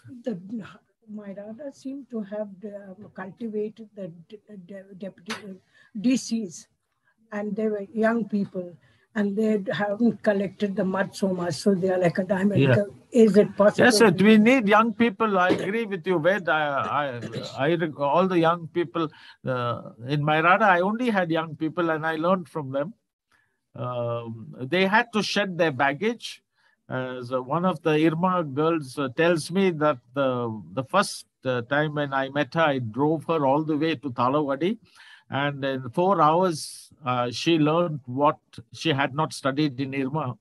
So so I said, we have to start challenging people. People will come, but there's a problem. We need people from places where you're not going to get them. I've written an article on this for Irma on the 100th anniversary of my dear Guru, Korean. There are many problems. The first batches of Irma were people who came from, didn't take loans, they didn't need loans. Today, most of them need loans, and then they have to repay loans. So obviously, they are stuck. The answer is Pradhan. Pradhan was precisely set up for that, to professionalize NGOs and develop and civil society, and to pay professionals a higher salary. That was precisely what was done, and that was what the 7th plan was focused on. Can Irma then contribute? Secondly, with Korean around, we used to pour money. I used to work for the Canadian government, I know. He just had to pick up a phone and he would get the money. Today, that's not possible. So can Irma, for example, to which many of you belong, set up its, professors cannot do this. Today, it's a professional job raising money. They need to set up to recruit a group that can raise funds. And can they really provide adequate support for interested people, interested graduates to really professionalize what is happening in the rural areas? This is possible, but they have to rethink their strategies. And thirdly, I think we have to present to people that the NGOs have resource in the rural area, which is a tremendous learning experience. I had a group from the Washington University the other day, and they said, my God, the amount of lessons and insights we got by staying in the rural in the program were fantastic. This is something that you should sell. It's not just having after spending a month and doing a project, which we do. It's a question of learning from what's happening. As I told Irma the other day, I said, you want to learn politics, don't do it in a Irma classroom. Do it in the milk union out there. And that's where you learn politics. So I think we have something to sell. We are not selling it properly. We have a tremendous connections in rural areas in the informal sector. And let me tell you, at this, I would like to go back to a comment which I think Narendra made. I wrote an article when I was in the World Bank, Ved may remember, about the informal sector. And I was severely criticized because people in the informal sector are considered to be free riders. And therefore, the informal sector must be made formal. I am not perfectly happy with this. Today, 50% of our GDP is in the informal sector, and over 90% of our employment is in the informal sector. So while I agree that gradually it will be formalized in its own way, not necessarily the way we want it to be formalized. And this is why the self-help group succeeded, because it didn't formalize them according to the norms that the banks wanted. So to me, the informal sector is a critical part of our economy. And unless we take it into consideration in our planning, we will always have setbacks. And therefore, we need to be careful. I'm not, by the way, there's enough of adequate informality even in the formal sector. Where is corruption? It is in the formal sector, not in the informal sector. Yeah, let's not bluff ourselves. So you want to formalize the informal sector, you first sort out the formal sector. And today you can see the number of cases being filed against people. Yeah, whatever the motivation, but the fact remains that there was thorough corruption. So let us understand that formalizing the informal sector is not an absolute fatwa or law. In the informal sector will remain, it will continue to remain. And we have to recognize it, recognize its strengths, and then see how we can formalize according to an adjustment with the formal sector, not imposing the formal sector on the informal sector. And as of now, the informal sector is too big for us to really treat it as a free rider. It is not a free rider. If today the economy is functioning, it's because the informal sector is functioning. L, that was the most insightful comment. And for one, I totally agree with you. Informality is the one you can build on affinity, the relationships. And that is the rock, that is the bedrock on which all these repayments happen. Repayments don't happen because of formality. They happen because of relationships. Informality.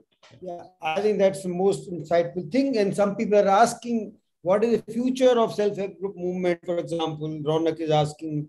So I think that is the very, very insightful suggestion that we have to make, and go back to those groups, go back to the women, go back to the community, and rebuild that whole spirit of relying on each other, and then build it up again. And this can happen in FPOs, but this is not my place to comment. This is this thing.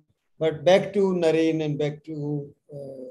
Yeah, Al, so I think we are nearing the close. How much energy do you have left, Al? There are questions, so I was not sure, but you're okay to continue for another, what, 10 minutes, 15 minutes? Can you continue for another 10 minutes? Yes. I'm not hungry. I'm completely taken up with your discussion. That's really so wonderful, Al. Thanks. Yeah. So I think just continuing on the flow of what you said and what Ved subsequently said, this whole self-help group, it's slightly more maybe philosophical and forward-looking as well. The whole SHG movement has been built on this very typical Indian organization of a rural society. One is, overall, we keep saying that the whole structural causes of poverty itself in our countryside, inequality, gender, the various stratas, which you spoke about also earlier in the context of the cooperatives. But the SHG was somehow very actually built on this existing, the way the lay of the land in the rural area was. So it built on this, or kind of existed within these issues of, the various layers and contradictions. And that is where the SHG became very powerful, because it kind of talked to those issues. It kind of worked with those issues. And this rural collective space, the people live together, the whole affinity thing you spoke about earlier, that intimate knowledge about each other, the concern for each other, and already their existing bonding the women had with themselves. So this all actually contributed to building the self-help group as an entity. Now, therefore, one immediate question that comes into mind is, what is an urban equivalent of an SAG? Because many of these rural conditions don't exist in the urban areas. But that's a side question. The original question, back to the question that the participant has asked, is, now with this increasing technology and occupational problems and more urbanization of the rural areas, and obviously recently because of the COVID, a lot of distances have happened between the communities. The so-called quote-unquote affinity doesn't exist or reduced quite a lot. Technologies are also now coming. There are direct benefit transfers, etc. So we're not even looking forward to company of each other in terms of accessing those entitlements. So how do the SAG now survive, or does the SAG need to go back and rediscover those principles again? What happens? You heard? Now, the SAGs were built on the affinity with the concern of the people, and with all the contradictions and everything, it was built on that. Yes, finished. Okay. Now, with all the technology and other things coming into the rural areas and distance after the COVID, and now, how does it continue now? Will it affect or will it not? Does it adapt? Does it go back to rediscovering the basic principles of affinity and bond with each other? Go back to rediscovering the same affinity and all that? Or no, it's a complicated question if I understood it correctly. I don't think technology will kill groups. In fact, they can strengthen the groups. It is the strategy that kills the groups. For example, we used technology. I introduced computers in Mairada in 1989. And what did we do? We collected data from the self-help groups, the loans, what loans were given, and we analyzed them to see whether the loans were only for food and for clothes and for consumption, or they had also gone into income generation, whether the loans had become larger. And every year we would analyze this and see. And then we came to so that we could know whether Mairada needs to support groups with a certain technologies. So we found computerization, we found very useful from the late 80s, early 90s. In fact, one reason why we went into watershed was precisely that, because we found that most of our farmers were on dry land. They were not taking loans because of the risk. And so we need to go into watershed to lower the risk. And that happened. When we went into watershed management, the loans shot up. So technology was very useful for us. Problem is how you use the technology. You take in the case of the MFIs, take in Sangamitra's case. Sangamitra was lending to the group, providing the bulk loan like the bank, SAG bank linkage program, as I told earlier, where the bank was not lending, Sangamitra was lending to the group. But when Sangamitra adopted the software that was being sold on the market, the entire software was the Grameen Bank software, where the loans had to be recorded to the individual. And you couldn't get this data, you could get it, but it didn't come in over 24 hours. It took time. So the entire technology that was introduced in Sangamitra changed. Sangamitra had to change from lending a bulk loan to the group, letting the group decide how to lend, and then collecting information from the group, from the self-help group, to directly transferring money from Sangamitra to the individual's account. So the software forced Sangamitra to convert into a direct funding approach, which then lessened and lowered the strength of the group. The group then didn't have control of the money. They didn't take a decision on what to lend, how much to lend. So technology is a double-edged weapon.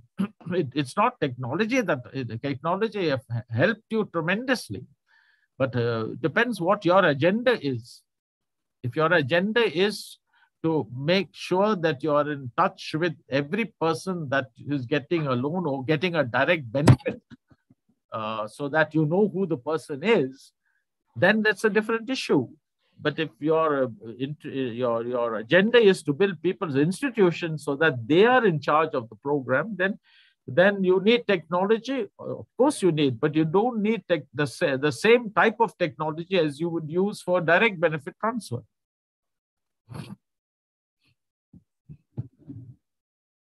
Hello? Yeah, thanks. Yeah. Wait, it's 12:55. So, and I'll set another 10 minutes. So should we be now closing?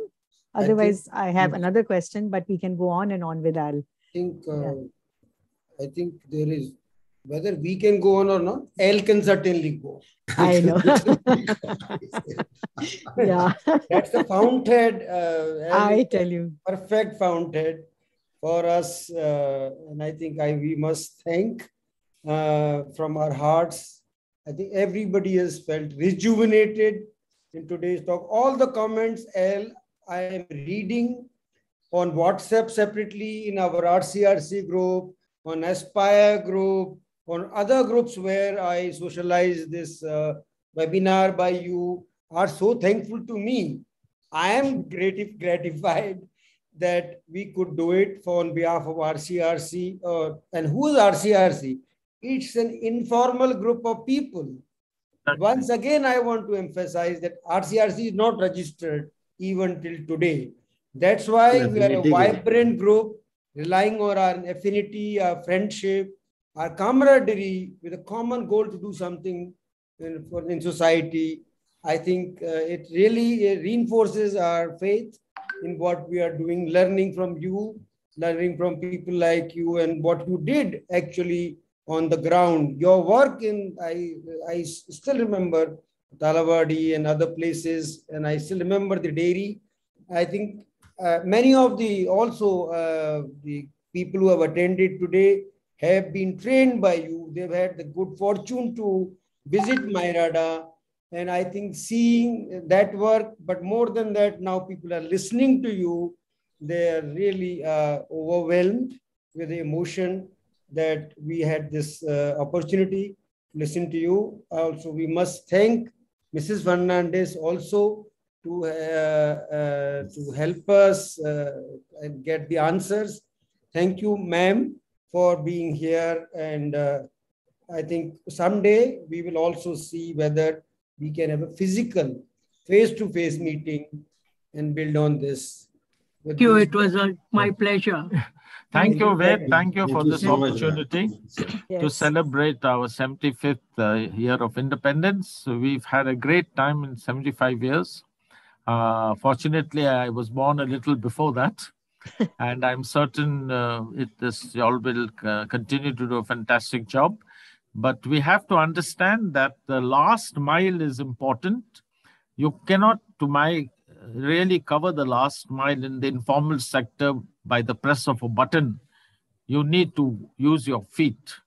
And if the NGOs can do that, they will discover very many new things. And if they are now resorting only to the press of the button, then we will have a problem. And the NGOs need to use their feet more. Because that's where they will interact with, feel, and respond and empathize with reality. So I leave you with that message. I thank you for this opportunity, and Jai Hind. Thank you. Jai Hind. Thank you, Al. Thank you. Thanks to all the wonderful participants and those great questions. Yeah. Thanks a lot. Pleasure. It was really a wonderful experience. Bye, everybody. Bye, everyone. Thank you, Ved. Thank you, Ranu. Thank you, Narendra. And thank you. Thanks. And thank you to Shruti and Rizwan for organizing this. Thank you. Bye. Thank you. Bye, everybody. Yeah. Thank you, everybody. Stay well. I can see your face again. Thank you. Nice to see you again.